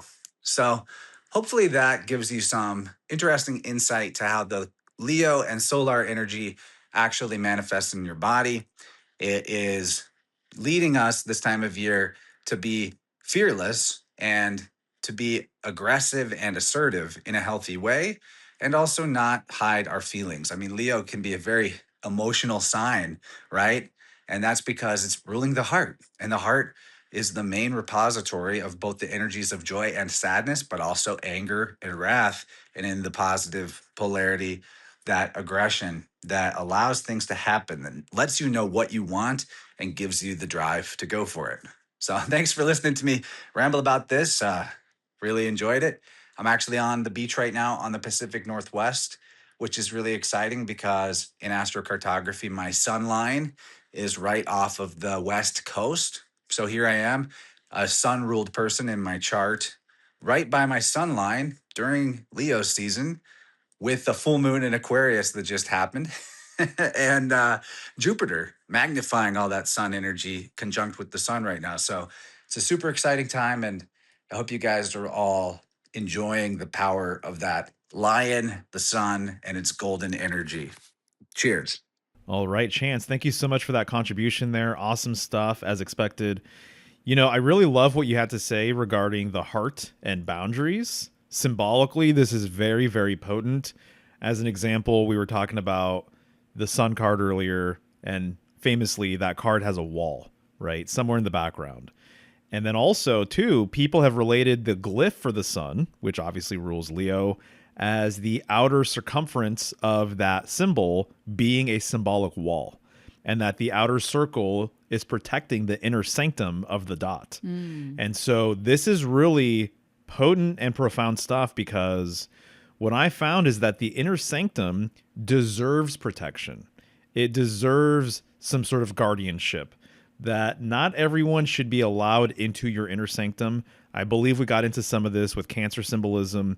Cancer obviously having that well-known shell, protecting a soft interior. So that's kind of how I personally perceived what you were talking about here, is having healthy boundaries. And if you're not having healthy boundaries, then of course it can lead to sadness and anger and all these different types of things that you were referring to. So the soft, vulnerable interior needs to have some sort of protection, and it deserves that. I've also brought up in the past the idea that a lot of secret societies, private organizations and whatnot, this is also their attitude, that the secrets that they hold, or sort of the rituals that they have, or whatever it is that's at the heart of their tradition, it deserves to be protected, and it deserves basically to be sacred. And there's this whole idea that what is sacred needs this protection, and what is public essentially is profane. And so if you're going to put your business online, your private business online, that's kind of a profane act, in many ways. And of course, there's a lot of people doing that today.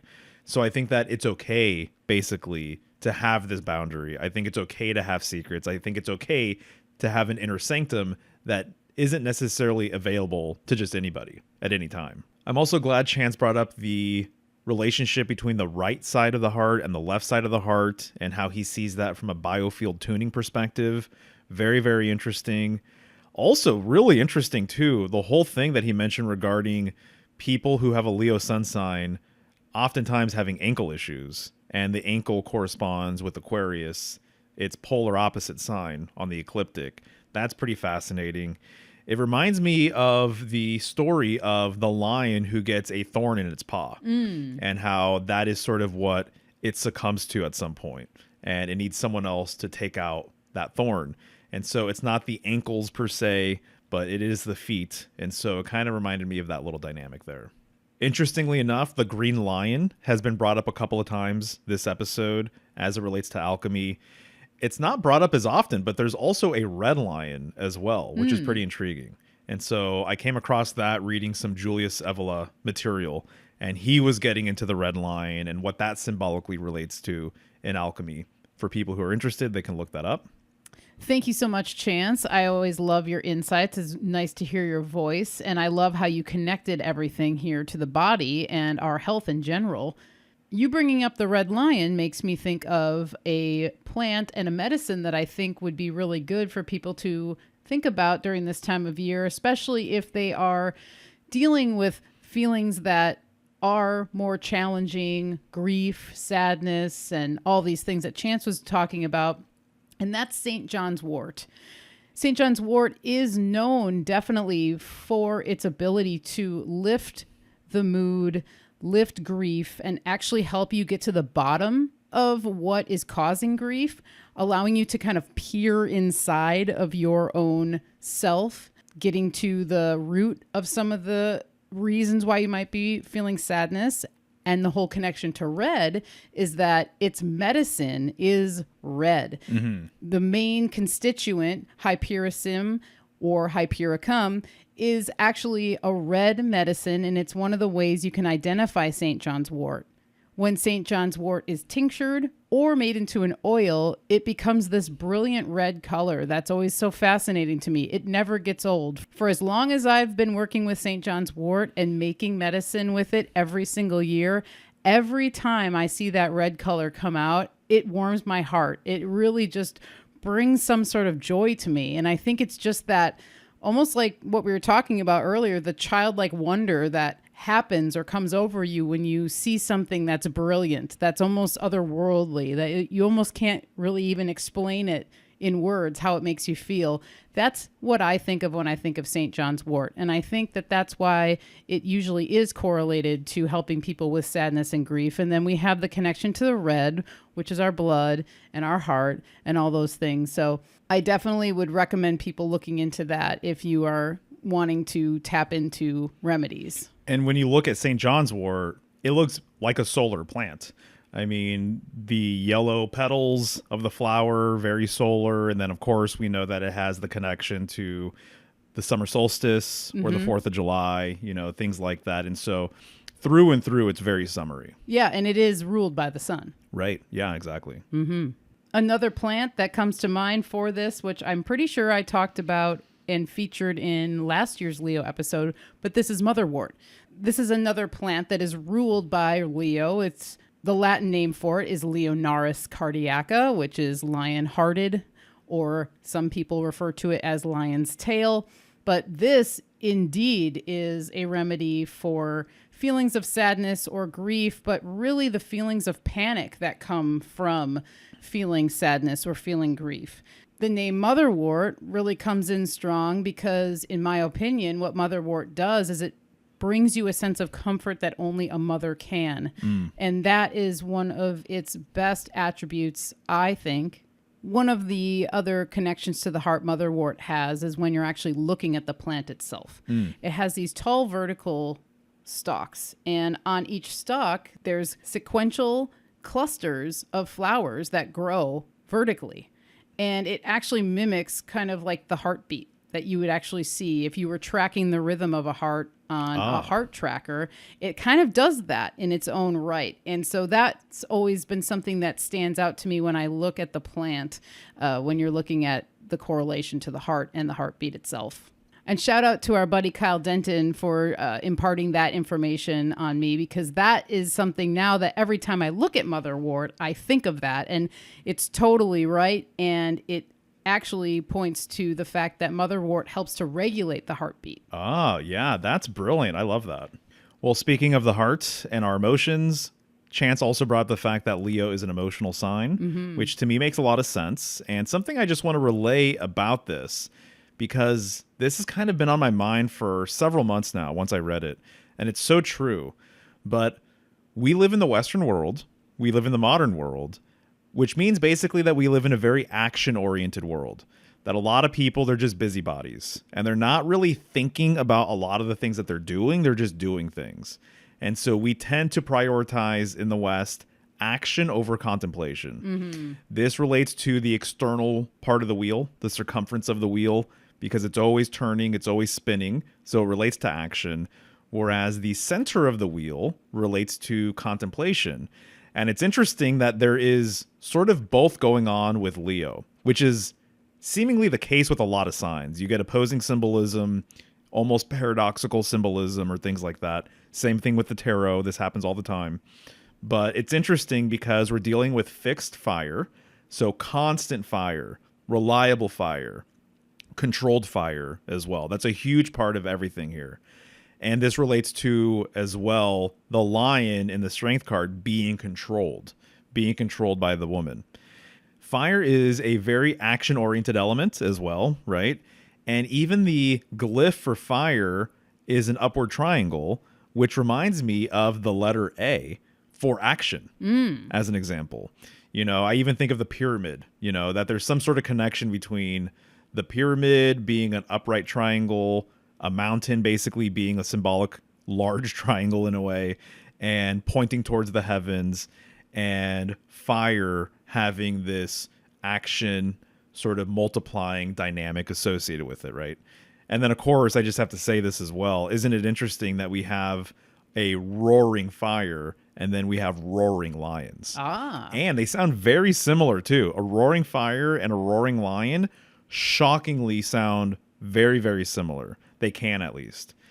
Leo the lion relates to action, relates to fire in some ways. And what I found out is that action-oriented peoples, aka Western modern people, are very emotional. And that there's a natural correspondence with people who are action-based and prioritize that over contemplation and being very emotional. So you could even look towards the East that has more of a contemplative dynamic, especially traditionally.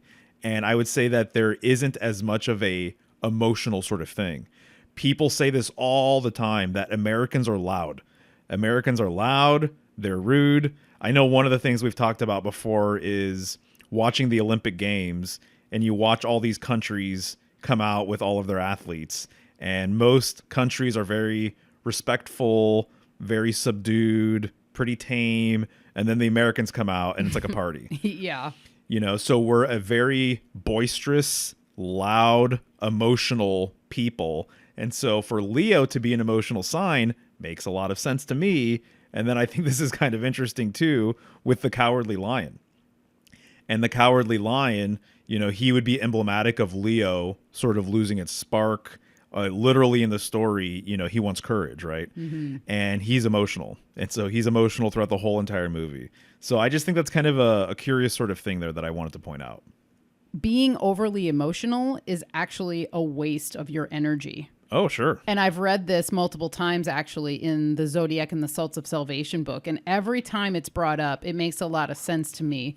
It's not that feeling emotional or expressing your emotions is bad, but it's when it becomes like what you're talking about. It's just this overdone thing that everything is dependent upon how you react to something emotionally. So a lot of times it's displaced, or somebody acts overly emotional or overly excited, and it can almost be too much. It comes off as like, wait, what's going on here? You need to almost like slow your roll a little bit. You're expending your energy for really no reason. Oh, yeah. I mean, we could have a whole podcast just about this. Oh, yeah. Because once it was pointed out to me, shout out Renee Ganon, yeah, I see it all over the place where I'm like, he's so right. He's so spot on.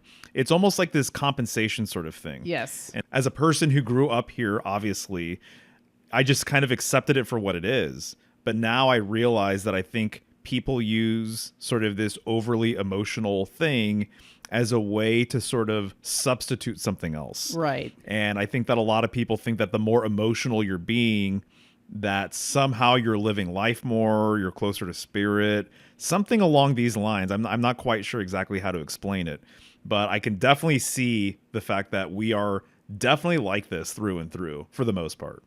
I think it's a way for people to think they're illustrating their devotion to something or someone, or the feeling of something. Sure. And I understand that, there's reasons to be emotional or to get emotional over things, but, everything within its limits. Yep, within moderation. Mm-hmm. Let's explore the lessons of Leo season through the decans and their corresponding tarot cards. First, Saturn and Leo.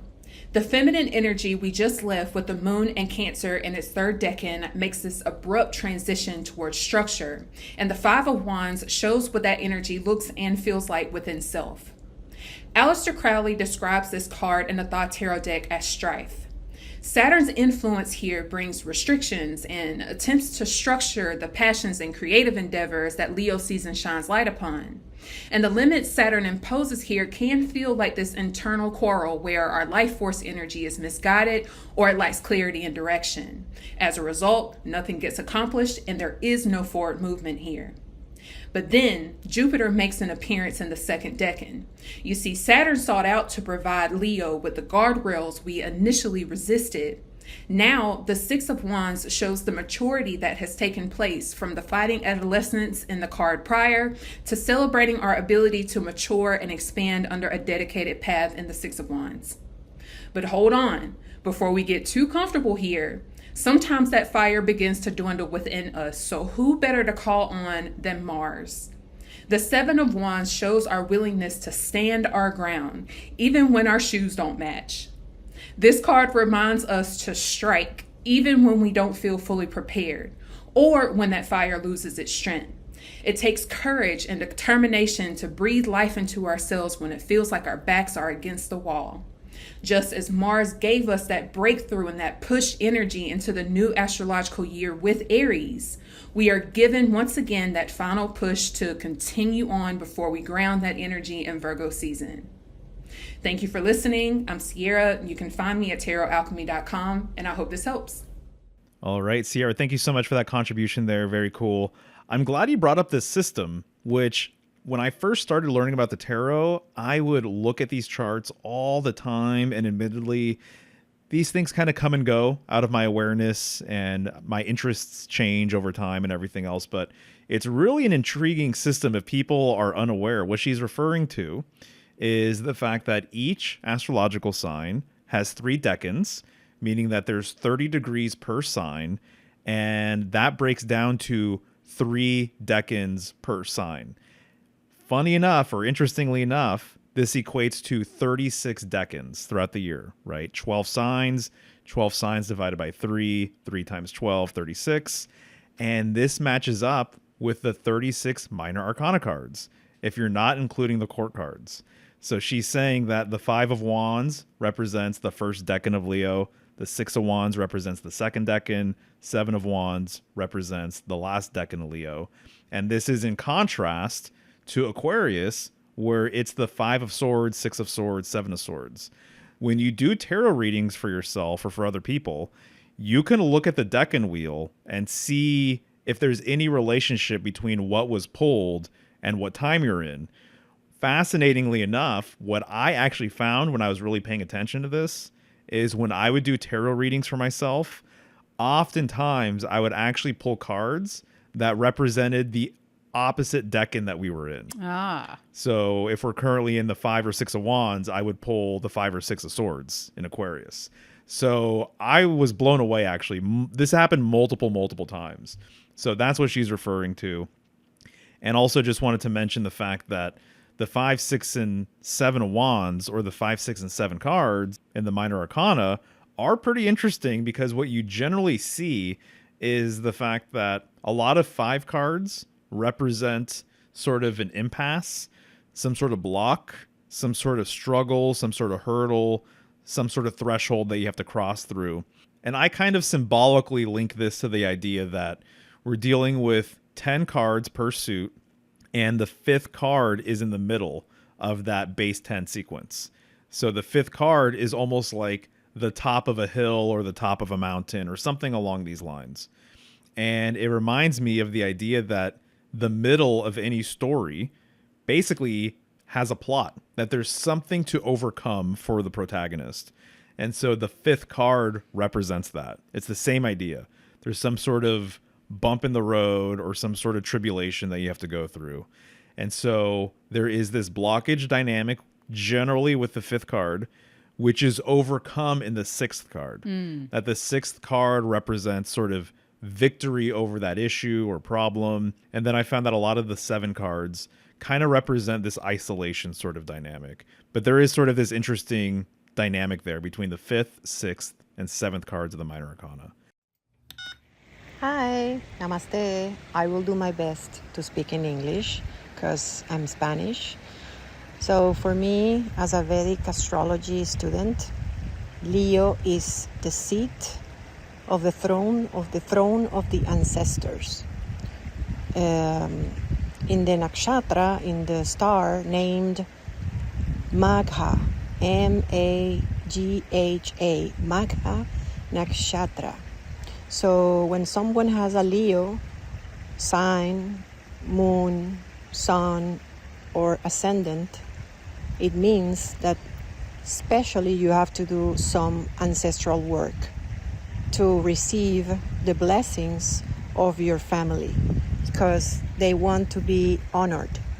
So Leo also is the magnetism, the sun, the lion within us, as Durga, this Indian goddess.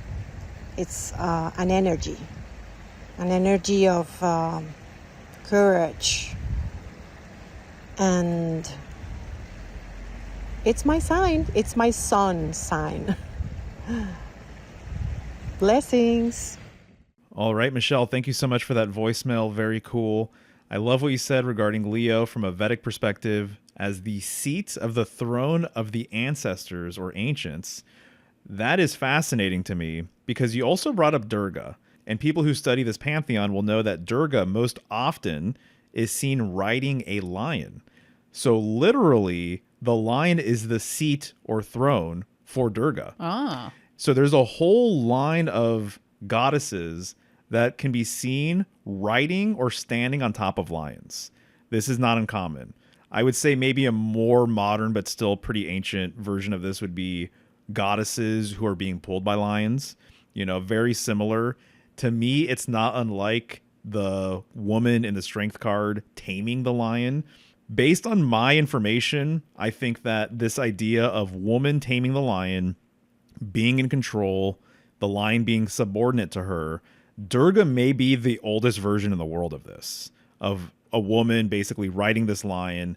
And in some ways, you know, you could perceive this as defeating evil, being in control of this lower nature or something along those lines. There's a number of ways of interpreting it, in my opinion, but that is sort of the gist of it. But literally, it's the seat of Durga, which I think is very interesting. And then she brought up this magnetism concept or idea as it relates to Leo. And we were talking about magnesium earlier. So just want to say that I think it's intriguing that magnesium starts with MAG and then magnetism starts with MAG. And this reminds me of the fact that magician starts with MAG. And so I think there's kind of a lot going on there, actually, that you can pull at if you're interested. Thank you, Michelle. I too was very intrigued with what you talked about with the ancestors and its connection to Leo. Because really, when we do this ancestral work, what we're doing is we are essentially connecting to ourselves a little bit more because we're not separate from our families, obviously. And as we get to know our ancestors, get to know their history, hear the stories of them, try and connect that to us and make connections to ourselves so we can see our own patterns, that in and of itself is us being able to connect to our heart on a deeper level, which is one of the themes that we've been talking about throughout this entire episode. And what we're finding out is that Leo obviously has a really deep connection to the heart. And like what Chance was saying, it's really important for us to have a good relationship to our feelings and our emotions so that we can experience the joy that's here for all of us to experience. And I think our ancestors definitely had traditions, no matter what culture you're from, that were able to tap into these sorts of things and to also experience joy in their own ways. Yeah, I think this is interesting as well because there's kind of a curious contrast here. Like I'm saying, all the signs, all the tarot cards, whatever you're talking about symbolically, there's two halves at the very least. There's sort of this positive and negative or dualistic light and dark kind of thing going on here. So on one hand, we've been talking about childhood, playing, this youthful dynamic. It's the only sign ruled by the sun. And then you have the dual symbolism of just phonetic sun, S-U-N, S-O-N. And so you're dealing with the child on the sun card and things like that. And then here she's bringing up ancestry. It's curious because on one hand, we have this new sort of youthful thing, but then here she's bringing up this more ancient kind of primordial historical thing with your family line and everything else. So I just think it's interesting that we're talking about the same sign here. And on one hand, you're honoring the people that came before you, but then on the other hand, there's this sort of dynamic relating to the next generation as well. But as we know, any generation is part of a chain of generations, is part of this historical chain, or is part of this world tree, if you will, that has roots. And so I know one thing for sure is that a lot of people are kind of lost at sea because they don't understand their own roots. They don't understand where they're coming from. And I'm not saying that you need to have a completely full family tree or whatever, but if you've never kind of reconciled or thought about where you came from and sort of the line that you're carrying on and sort of the traditions that maybe your people had, then I think that you're going to be probably more vulnerable to potentially being taken advantage of. I think that there's a lot going for people who do this kind of work. So yeah, I think this is intriguing and isn't something I necessarily think about with Leo, but now I know about it. So thank you, Michelle. Regarding the fifth sign, there are a few archetypal images bound in a golden thread, so to speak. First and foremost, of course, the king, followed by the prophet, who in the Old Testament was the original king to the people, their only direct access to Yahweh, the divine, parallel to Egypt, where the pharaoh as king itself was viewed as a god, the artist who makes something out of nothing, like magic, and lastly, the hero, the king, prophet, artist, and hero. King being king of the beasts, the prophet recognizing the god Apollo, who is in Greece associated with the artist as well as the sun, and the hero Hercules. We also should consider the curious interplay of male and female because on one level, Leo is very obviously male. It has a very obviously masculine energy in similar veins to Aries, the primal man, and Aquarius, the final or ultimate man. But it also has a very strong relationship with the feminine. Like so much masculine energy, its power is sourced in woman. At least so these stories seem to suggest. Ishtar and Babylon rise on the back of lions. Sekhmet in Egypt is a furious, combative face of the primal ferocity of the sign, the sexuality, passion, and intensity we associate with Leo. In fact, in many regards, as we know, just as in the animal world, the lioness is stronger, faster, more lethal, does all of the hunting, and maintains the integrity of the pride. And such an evocative word for a cluster of lions, a pride, because the imagery of Leo is always deeply imbued with robust, sometimes vociferous, sometimes austere ego.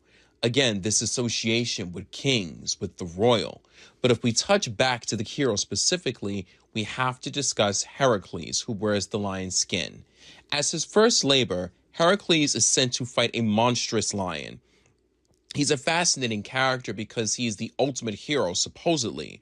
Besides, obviously, the currently glamorous Odysseus, we should note, Christopher Nolan is a Leo, Sun Mars conjunct in Leo, always with his male cinematic leads, this centering of the male, which is so common to the sign as we're seeing. But also Achilles and Perseus and Theseus, if we're examining from a strictly Greek standpoint this concept of the hero. But more so than any of the aforementioned, Heracles is the manliest man. Any ancient sculpture or painting that depicts Heracles has this almost affrontive, obnoxious virility, but his name within itself is bound with his surrogate mother, Hera. Heracles literally means the glory of Hera. Again, the wicked stepmother that the hero must challenge. The hero journey is so deeply integrated within the nature of the sign, something with which we'll return to momentarily with Apollo.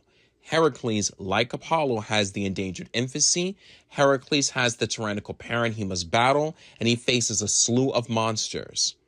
But the curious thing, the purpose of all this here is that as powerfully male-gendered as Heracles is presented in the myth, and as powerfully masculine with the imagery we carry for Leo, particularly because the Nemean lion he conquers becomes the constellation of Leo itself, it comes ironically not from the sun, this beast, but from the moon, which is of course the primal feminine, and it comes from Hera, whom we discussed last month as an image of Cancer. The lion comes from a great goddess.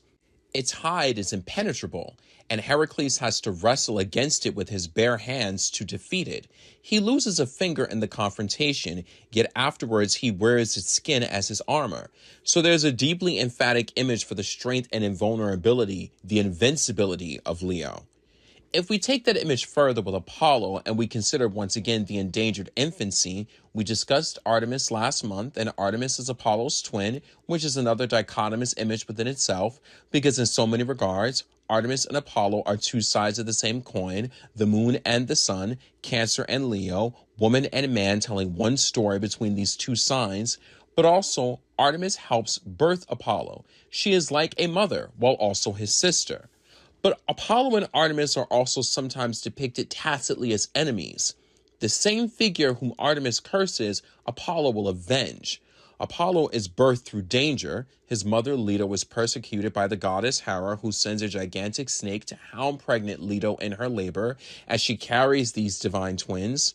Artemis, the woman, of course, is born first, and after Apollo is reared, he in turn goes and slaughters the python with his golden arrows, claiming the python's oracle as his own, who now speaks through his name.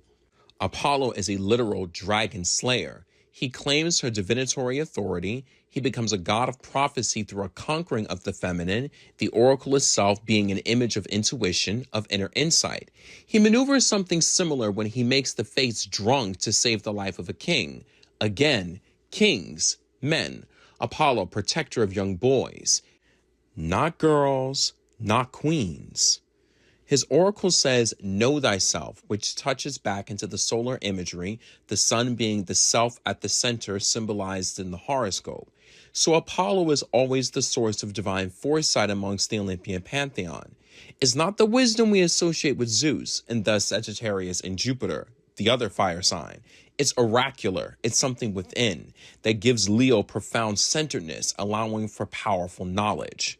Lastly, he also becomes a god of creativity, a god of creative expression, of spontaneously making something out of nothing through inspiration, through his own musical accomplishments, and most importantly, his connection with the muses, again, the feminine. Thank you so much for having me. I could talk about this stuff forever. You can find me at Instagram, tmackey1018, or you can find me at Quora, tom-mac-69. It is my pleasure and my highest honor to always contribute, and I look forward to doing so in the future. All right, Tom, thank you so much for that contribution. Awesome stuff as always. There's a few things here that really caught my ear. I love the fact that you brought up that groups of lions are called a pride of lions. Isn't that so interesting given everything we've been talking about today? Mm-hmm. And it kind of just reminds me of the expression as well, of pride coming before the fall, and how this relates to the fall of like a king that was once righteous, who is now tyrannical. And this is sort of the inspiration for a number of different myths and whatnot. But the fact that pride is associated with lions, to me, of course, is extremely fitting. I hadn't heard the fact that Hercules or Heracles, that their name comes from the glory of Hera. That to me is very interesting as well.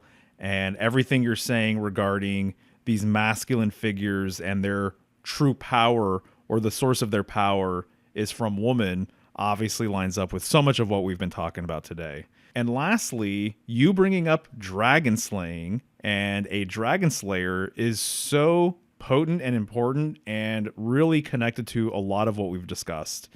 Because as I mentioned earlier, whether you're talking about felines, serpents, or dragons, they're nearly synonymous.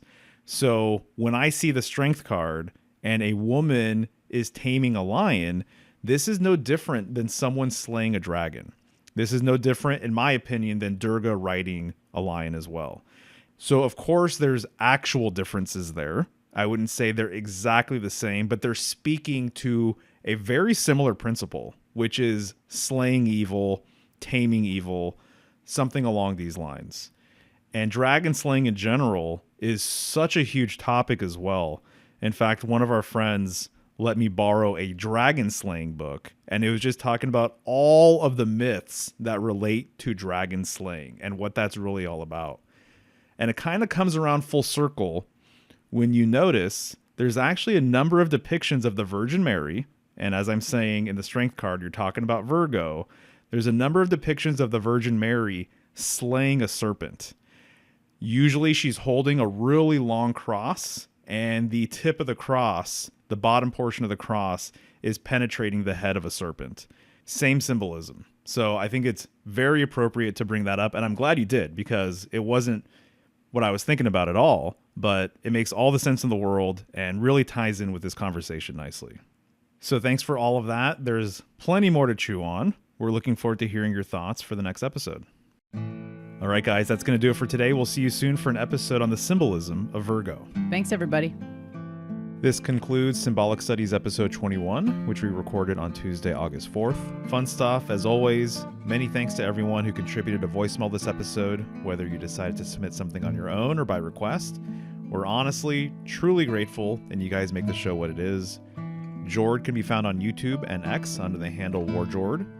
Emily Ridout can be found at astroyoga.org or emilyridout.com. Katriena can be found at the Venus Diaries on Substack or at katrienaemmanuel.com. Chance can be found at Innerverse Podcast on Substack or at innerversepodcast.com. Sierra can be found at The Sacred Pages on Substack or tarotalchemy.com, and that's alchemy, alkhemy.com. Tom can be found on Instagram at tmackey1018 and on Quora, tom-mac-69. As always, you can explore the Symbolic Studies archive for early podcast access, exclusive lectures, symbolic research, and more. Visit symbolicstudies.com to sign up. This is the perfect way to support the show and allows us to stay ad-free, with exception to our own ads, of course. And just to let you know, I get emails and DMs every single day with companies offering brand deals and wanting ad space on all of our accounts. But we strongly prefer to keep Symbolic Studies content free of external ads, and your membership really helps us in that effort. Also, I've been a graphic designer for well over half my life at this point. If you've ever seen my reels or graphics for Symbolic Studies, they've all been put together by yours truly. So if you're in need of creative assistance with your project, get in touch. Links to all of my accounts, this includes Instagram, YouTube, TikTok, etc., can be found at symbolicstudies.com. And once again, if you finish this episode and want even more insights, we'll be releasing a companion episode where Michelle and I continue the conversation with all things Leo in After Hours. We'll see you next month with a show on the symbolism of Virgo. Until then.